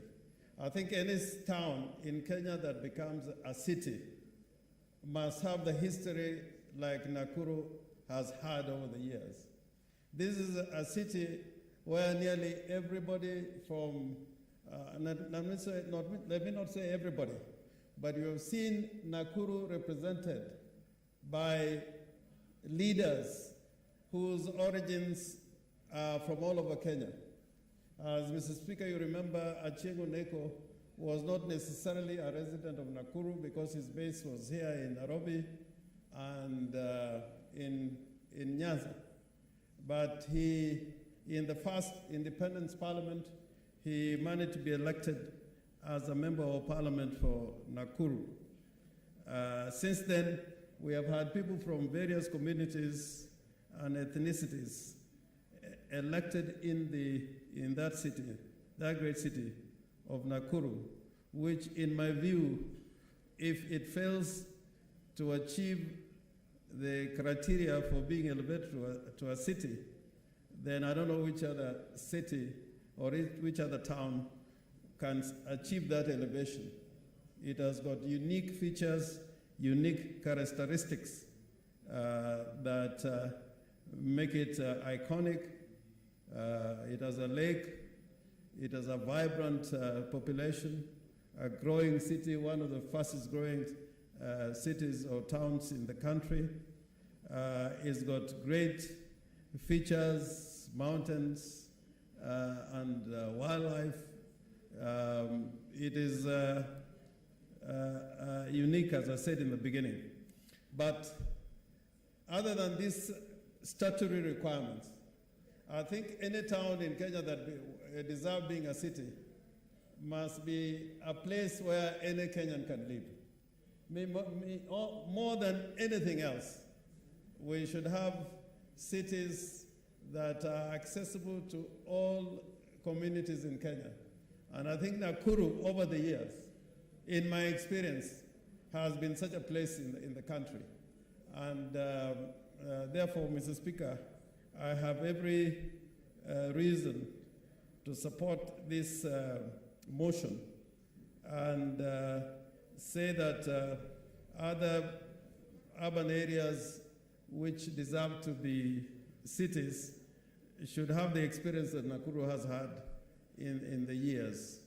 Great people, open, they are not bigots, and I think it is following the footsteps of Kisumu, and my colleagues across who are talking to themselves would realize over the weekend, Kisumu showed that it is open to everybody in this republic. And therefore, next time that Elgeyo Marakwet has a town that deserves to be a city, let it follow the example of Kisumu and Nakuru to be an open place for every citizen in this country. But having said that, I think those who manage our towns and cities have got great responsibilities of ensuring that they are properly planned, that from the taxes that people pay, whether they are local or coming from the national government, they are properly used to maintain these cities, because cities are the human habitats of now and the future. Less and less people are living in rural countryside. And therefore, Mr. Speaker, if we have the current arrangement where basically all cities fall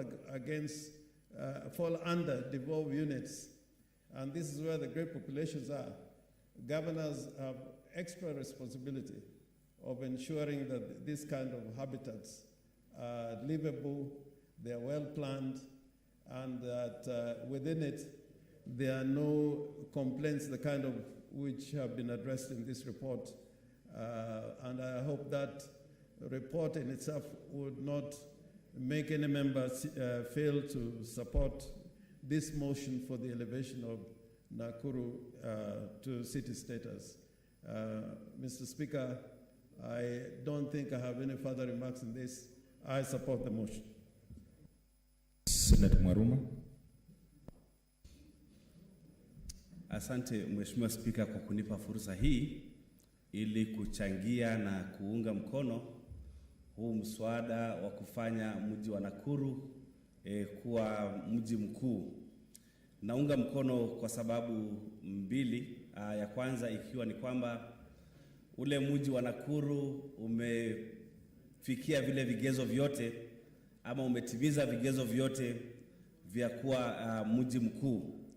Na vigezo hivi huwa ni nambari ya watu ama idadi ya watu, na vile wamejitayarisha kutoa kwa mfano maji taka ama sewerage na kadhalika. Na la pili pia napenda kuunga mkono mji ule kuwa mji mkuu kwa sababu seneta wa Nakuru Mheshimiwa Susan Kihika amekuwa mstari wa mbele pia kupigia upato ule mji wa Nakuru kuwa mji mkuu. La haula, Mheshimiwa Spika, ni vizuri niseme ya kwamba tungependa huu mji uwe mji mkuu, lakini usifanywe kuwa mji mkuu sasa hivi. Kwa sababu Mheshimiwa Spika, ninapoongea huku ni kwamba kuna ripoti ya kamati ya Labor na Social Welfare ambayo ni kamati ya nyumba hii, na mimi Mheshimiwa Spika nikiwa ni naibu wa mwenyekiti wa hiyo kamati, tuko na pendekezo la kusema ya kwamba hatungependelea kwa sasa hivi ule mji wa Nakuru kuwa mji mkuu kwa sababu ya yale maswala ama matukio yaliyotokea kule Nakuru ya kutoa watoto wadogo, wa kutoa zile familia za mijini na kuzitupa katika misitu, Mheshimiwa Spika. Kwa hivyo wakati mara kwa mara tunapokuwa na maombi ama petitions za wananchi wetu, wakati tumeandika ripoti ya kamati, huwa mwandishi wa seneti ama clerk wa senate anaandika barua na kupeana ile ripoti kwa taasisi ili yale mapendekezo yatimizwe. Na hapo sasa, Mheshimiwa Spika, ndio nina shida, kwa sababu wale watu wa Nakuru walioandika petition kwa hii nyumba wako na mapendekezo ambayo mengine yanatakikana kutekelezwa ama kutimizwa na nyumba hii ya Senate.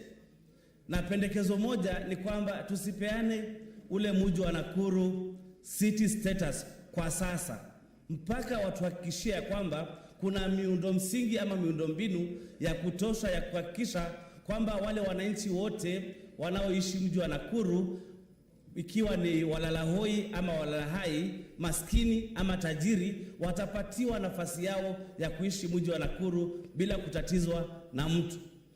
Na tunauliza hivi, tuliuliza kama kamati ya labor na social welfare ya kwamba kama serikali ya Nakuru inaweza kutoa na kutupa wananchi wao wenyewe kule msituni na haija kuwa city bado, na hawajaunda miundo mbinu ya kuhakikisha kwamba hawa watoto wanaishi kwa mazingira yanayofaa, je, tukiwapatia city status si ndio watupilia mbali zaidi?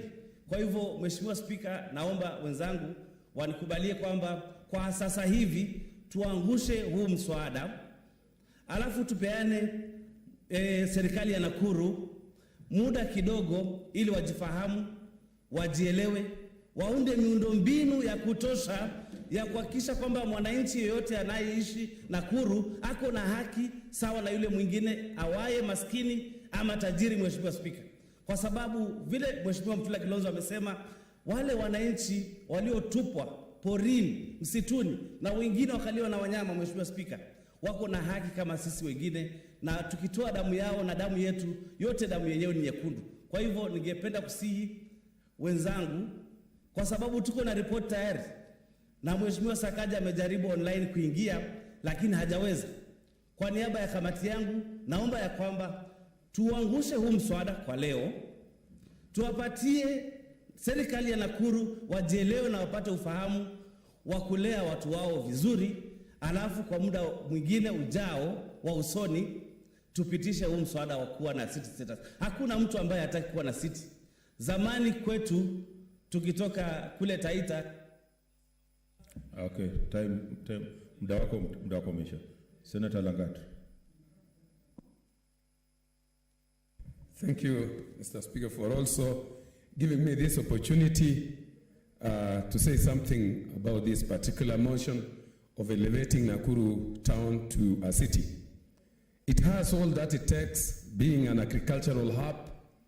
Mr. Speaker, I have a lot of special attachment to this particular city because I went to Nakuru High School and Menengai, whereby I am privileged to say that I was a classmate of Mheshimiwa David Kigaria. We attended the same class. And I want to say I have a lot of, do not disturb me. I have a lot of attachment to this particular place. Geographically, it is central, and I want to say that it deserves to be a city. However, I would like to say that it has a lot of challenges of late. Long time ago it was a very good place. But of late, I want to say, Mr. Speaker, that it is facing a lot of image challenges. The current governor, Mr. Speaker, I have heard people talk about the issue where the governor had taken a very inhuman position of actually taking those particular street children to the bush, whereby they suffered so much. He also paid very little attention to the issues that were faced by the people in Solai. And I want also to say that of late people, maybe Susan is the only one who knows about what is happening in Nakuru. This particular gentleman actually did what was so inhuman of late by actually destroying small businesses the kiosk of Mama Mbogas, and the rest in an attempt to make sure that Nakuru becomes clean at an expense of human life. So people in Nakuru actually are not very happy the way we think. They are not even proud of being in Nakuru town. They are even hearing whatever we are talking about and wondering, do these people know actually what is happening in Nakuru? So the image that this particular man has brought to Nakuru, and very funny, Mr. Speaker, I want to say that, he is only doing what actually Jesus Christ was saying, actually washing only the outside part of the cup, but the inside is rotten. I would wish to advise some of us to go down to some parts of Nakuru in Kivumbini, near Nakuru and those other particular places. Nakuru Stadium, which is a Fra Stadium, which used to be the best stadium in Rift Valley, is now completely rotten and neglected. So I want to say, before we elevate, we allow, Susan will forgive me for this, she has really been trying to woo us to support this idea of Nakuru City. But I want to say, Susan, your effort is being watered down by that particular monstrous governor who is in Nakuru. Let us give him time until you become the governor or any other person who has a human heart, so that we elevate this particular town to a city. Otherwise, as of now, people will wonder what is the Senate seeing in this particular city where the residents are so much suffering. The people who are actually... I want to say that he has said something, and because he's an elder from my area, I just want to say, as of now, I don't support it until the image of this particular place is improved. Susan, continue doing something to improve the social image of Nakuru, and we shall talk about it later. And I want to say I don't support as of now until the governor become humane enough. Senator Susan Kika.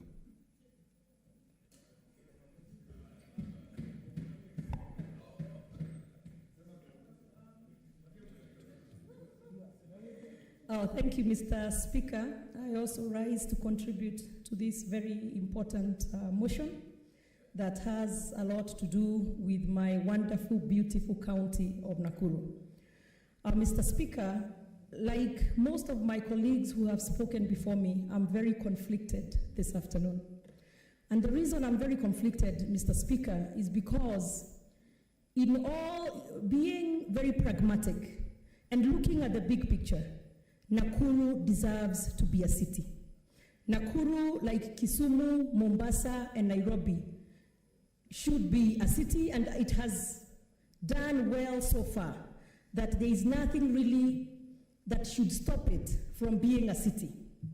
But on the other hand, Mr. Speaker, we have a governor who is sitting, or who is the current governor of Nakuru County, Mr. Lee Kenyanjui, whose actions in attempting or in trying to get Nakuru to become a city are so contrary to what a human being or a leader should be, that it breaks my heart to imagine that I will be voting to elevate Nakuru municipality into a city, while to get there, the governor had to round up 41 street children in the middle of the night, using 2 trucks or 2 cars that had county plates, and go and throw them away in the bushes or in the forest in Chamasusu.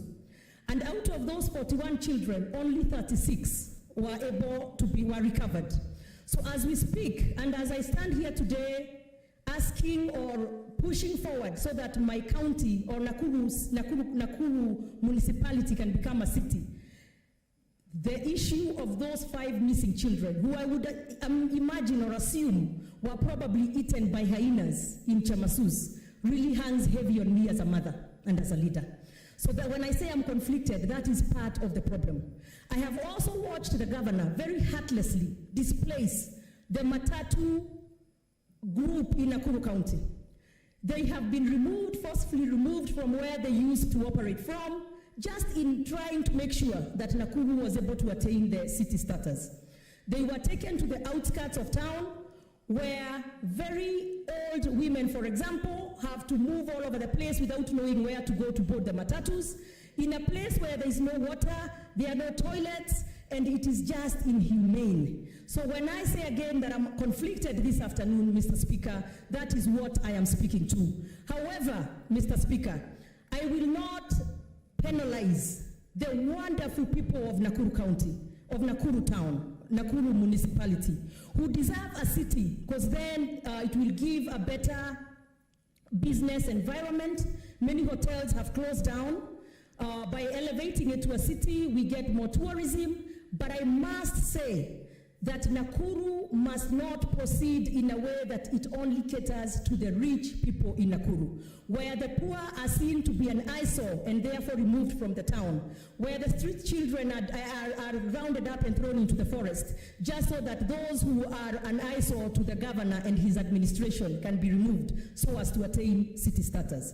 So I will support Nakuru becoming a city, because I know he will not serve forever. And I'm hopeful that even in the next term, I will hopefully be able to remove him so that when we become a city, we can place the matatus in a place where they can operate in a good business environment. And I promise to take care of those who are less fortunate, like the street children. Thank you. I call upon the mover to reply.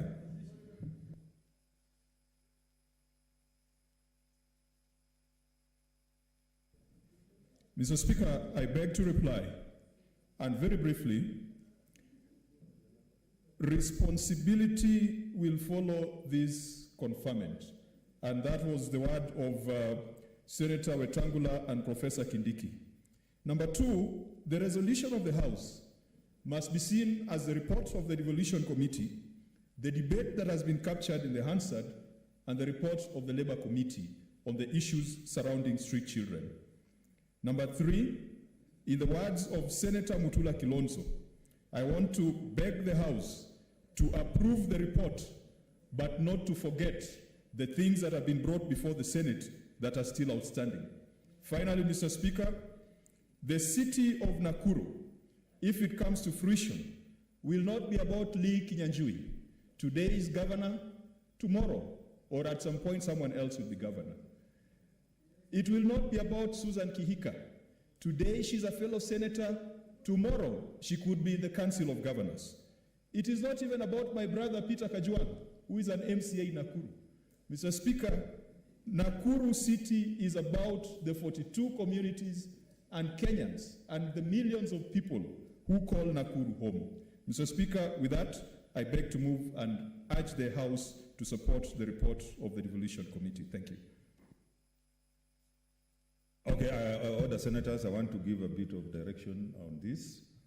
The bell will be rung once for 4 issues. One, order number 8, order number 9, order number 10, and order number 12.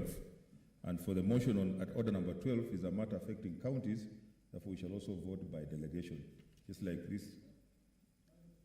Yep. So I'll direct that the bell be rung for 5 minutes.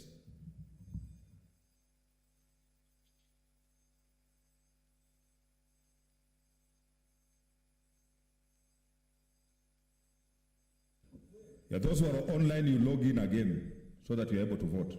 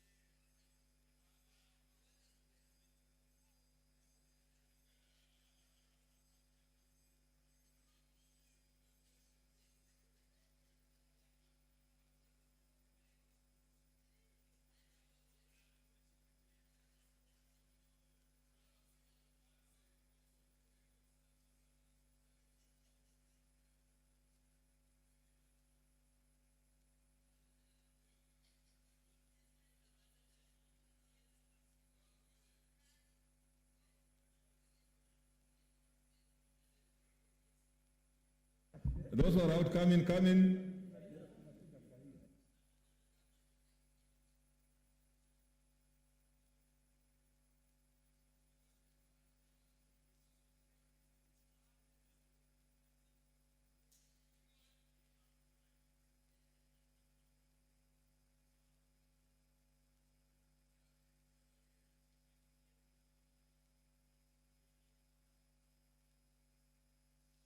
Okay. Okay, order, take your seats. Order, senators. I will be on my feet. Take your seats.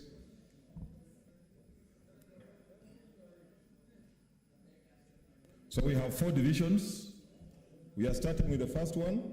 Take your seats.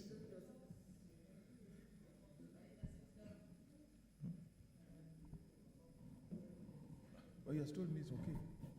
You should have confirmed the whip. Huh?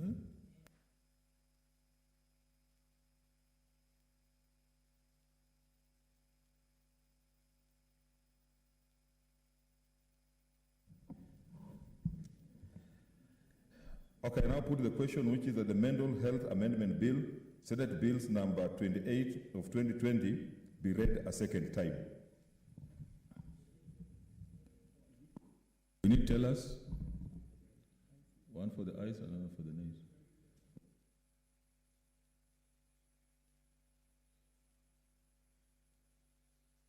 And the Senator Uta, okay.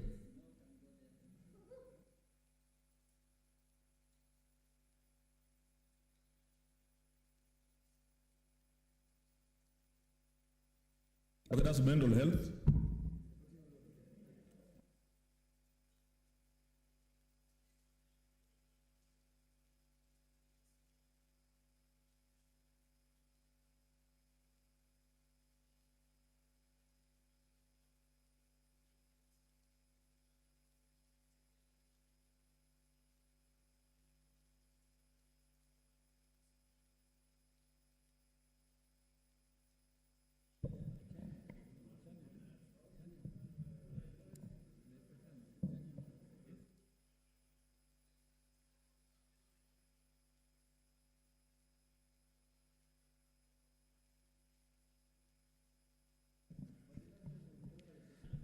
Roll call division on the Mental Health Amendment Bill.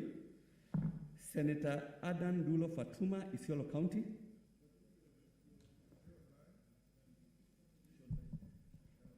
No, she's not. Senator Ali Abdullahi Ibrahim. Yes. Yeah, she's online. Call out. Senator Adan Dulo Fatuma, Isiolo County.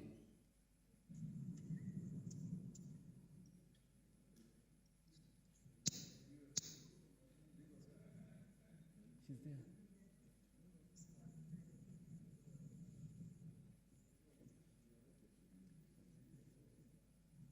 Senator Dulo? Mr. Speaker, I vote yes. Good.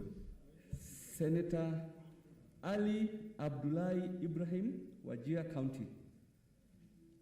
Is he online? Is he online? Senator Boy Isa Juma, Kwale County. He's online. Yes, Isa Juma. Senator Juma? I vote yes.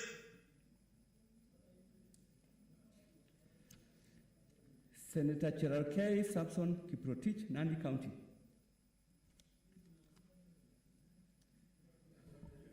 Okay, I vote yes, Mr. Speaker. Senator Cheruyot Aaron Kipchirui, Kericho County.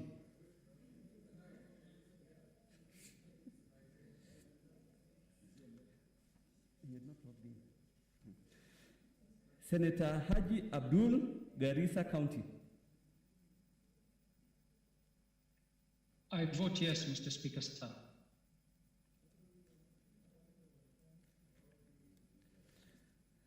Senator Hargura Godana, Marsabit County. Mr. Speaker, I vote yes. Senator Imana Malaki Charles Ekal, Turkana County.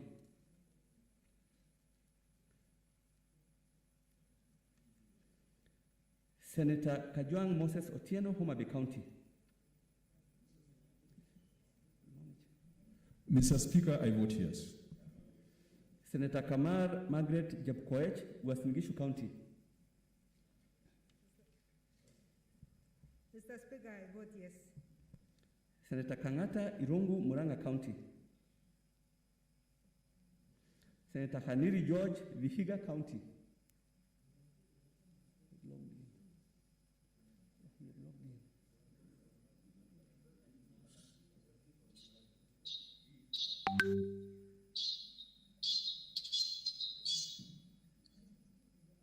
Senator Haneri.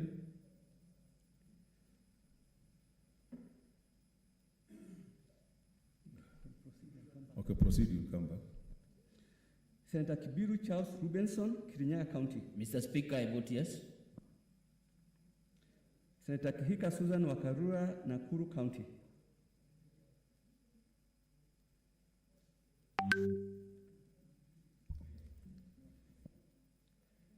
On record? I vote yes. Senator Kimani Wamatangi Paul, Kiambu County. I vote yes. Senator Kindiki Kizure, Tharaka County. I vote yes. Senator Kirinyaga Ephraim Mwangi Maina, Nyeri County.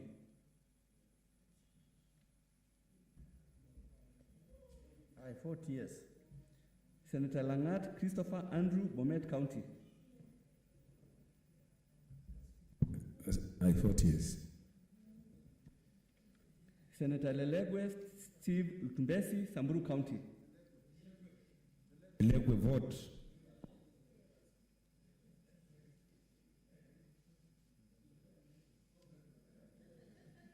Request.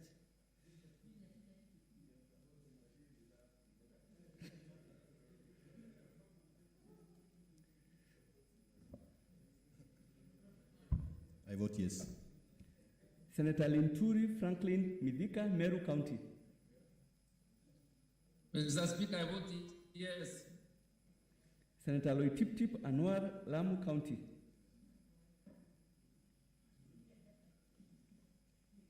Senator Mathayo Stewart Mwachiru, Kilifi County.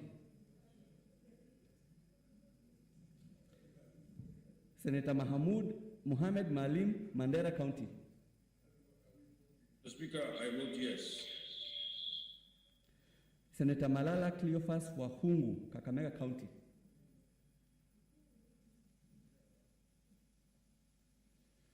Senator Mbito Michael Malinga, Trans Nzoia County.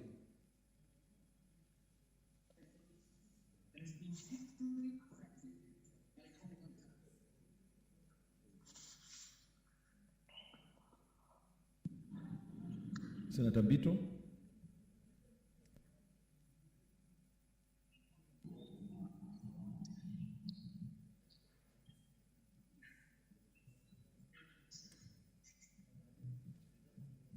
Mr. Speaker, I vote yes.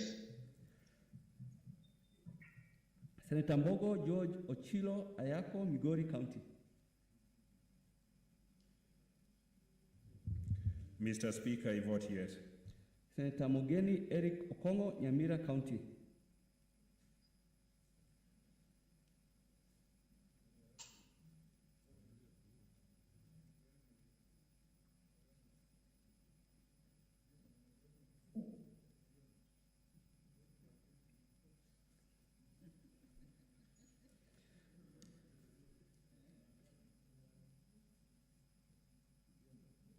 I think he had logged in at some point. We can move on, we can come back later. Yes, Senator Mogeni.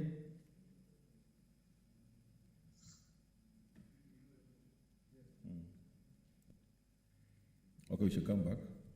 Senator Moy Gideon Kipsielei Towet, Baringo County.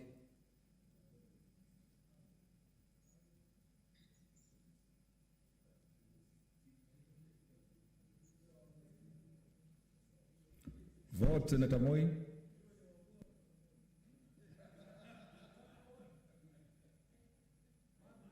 mute. He's mute. Unmute.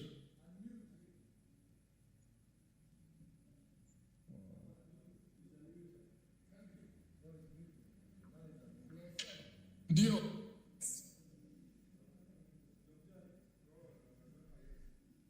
Okay. I voted yeah. Okay. Senator Mpaei Philip Salau, Kajiado County. I vote yes. Why is he? I vote yes. That's Mpaei. Was voted. Senator Murkomen Onesmus Kipchumba, Elgeyo Marakwet County.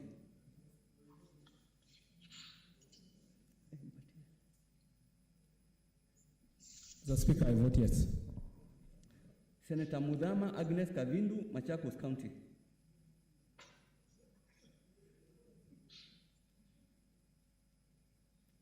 She was online. Senator Kavindu. She was online. Yeah. We'll come back later. Okay. Senator Mutula Kilonzo Jr., Makueni County. I vote yes. Senator Mwangi Paul Githiomi, Nyandarua County.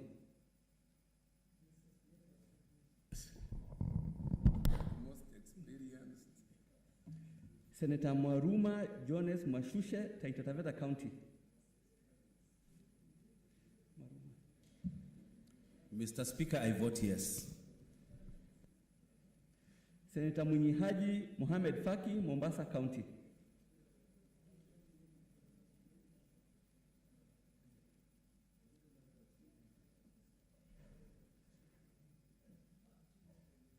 He was online, Munyihaji. Munyihaji was online. Vote. Mr. Speaker, I vote yes. Senator Nderitu John Kinyua, Laikipia County.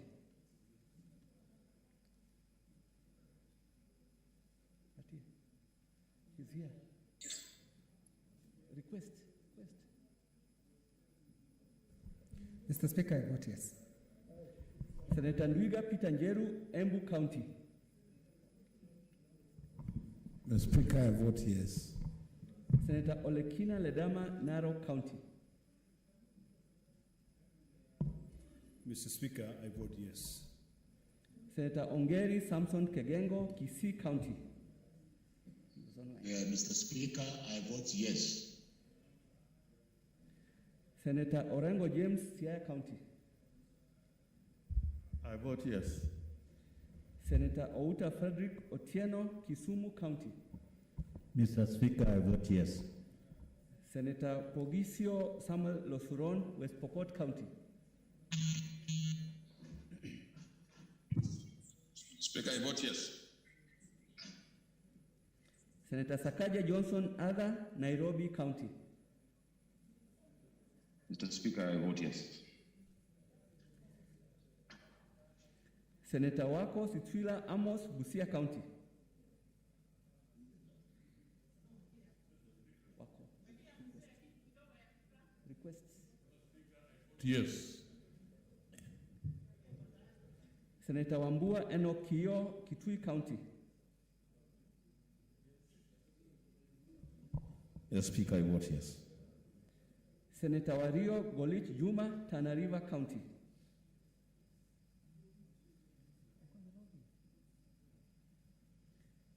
Senator Wetangula Moses Masika, Bungoma County. Mr. Speaker, I vote yes.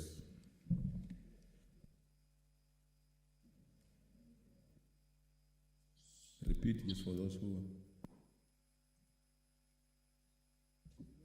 Yeah, yes, also.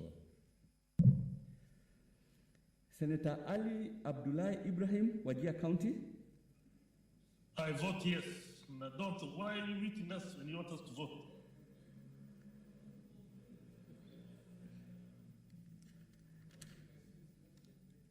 Senator Cheruiyot Aaron Kipkirui, Kericho County.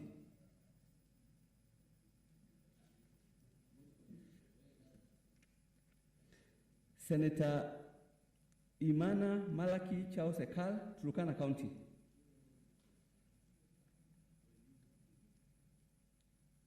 Senator Kangata Irongo, Muranga County.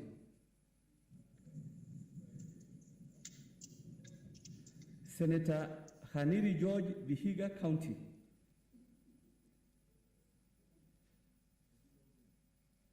It's attempting.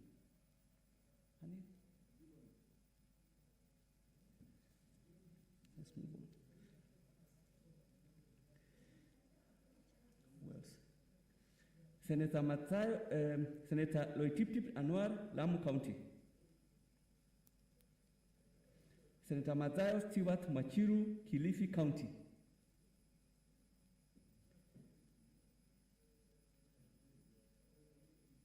Senator Mogeni Eric Okongo, Nyamira County.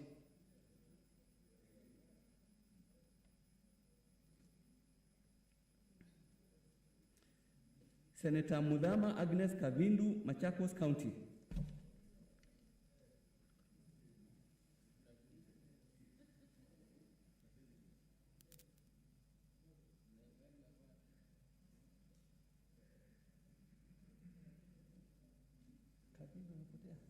Senator Kavindu.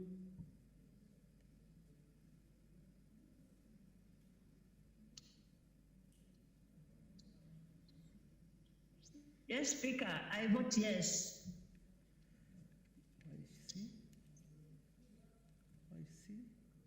Kavindu. Can you hear me? Yes, we heard. Mr. Speaker, can you hear me? Yes, I hear you. You voted. Okay, I had disappeared a bit. The network here is not very good. I really wanted to vote also for Nakuru and to speak. But, You will vote. You will vote. You will vote. We are coming on that. Okay. Hello, Mr. Speaker, can you hear me? Haniri here. Haniri, yes. Haniri, George, vote. Can I vote now? Vote, vote. Yes, I vote yes. Good. Mr. Speaker, was I heard? Wait, hold on. Yeah, he voted. Yeah, you voted, we heard you. Senator Wario Golich Juma, Tana River County. You can touch.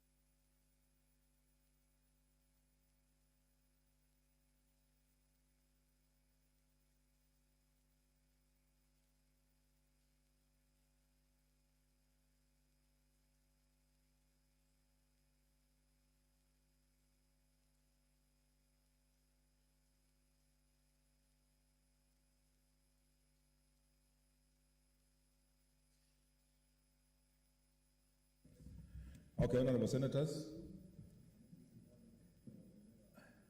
We are going to the next one, order number 9. I now put the question. These are the Wildlife Conservation and Management Amendment Bill, Senate Bills number 30 of 2020, be read as second.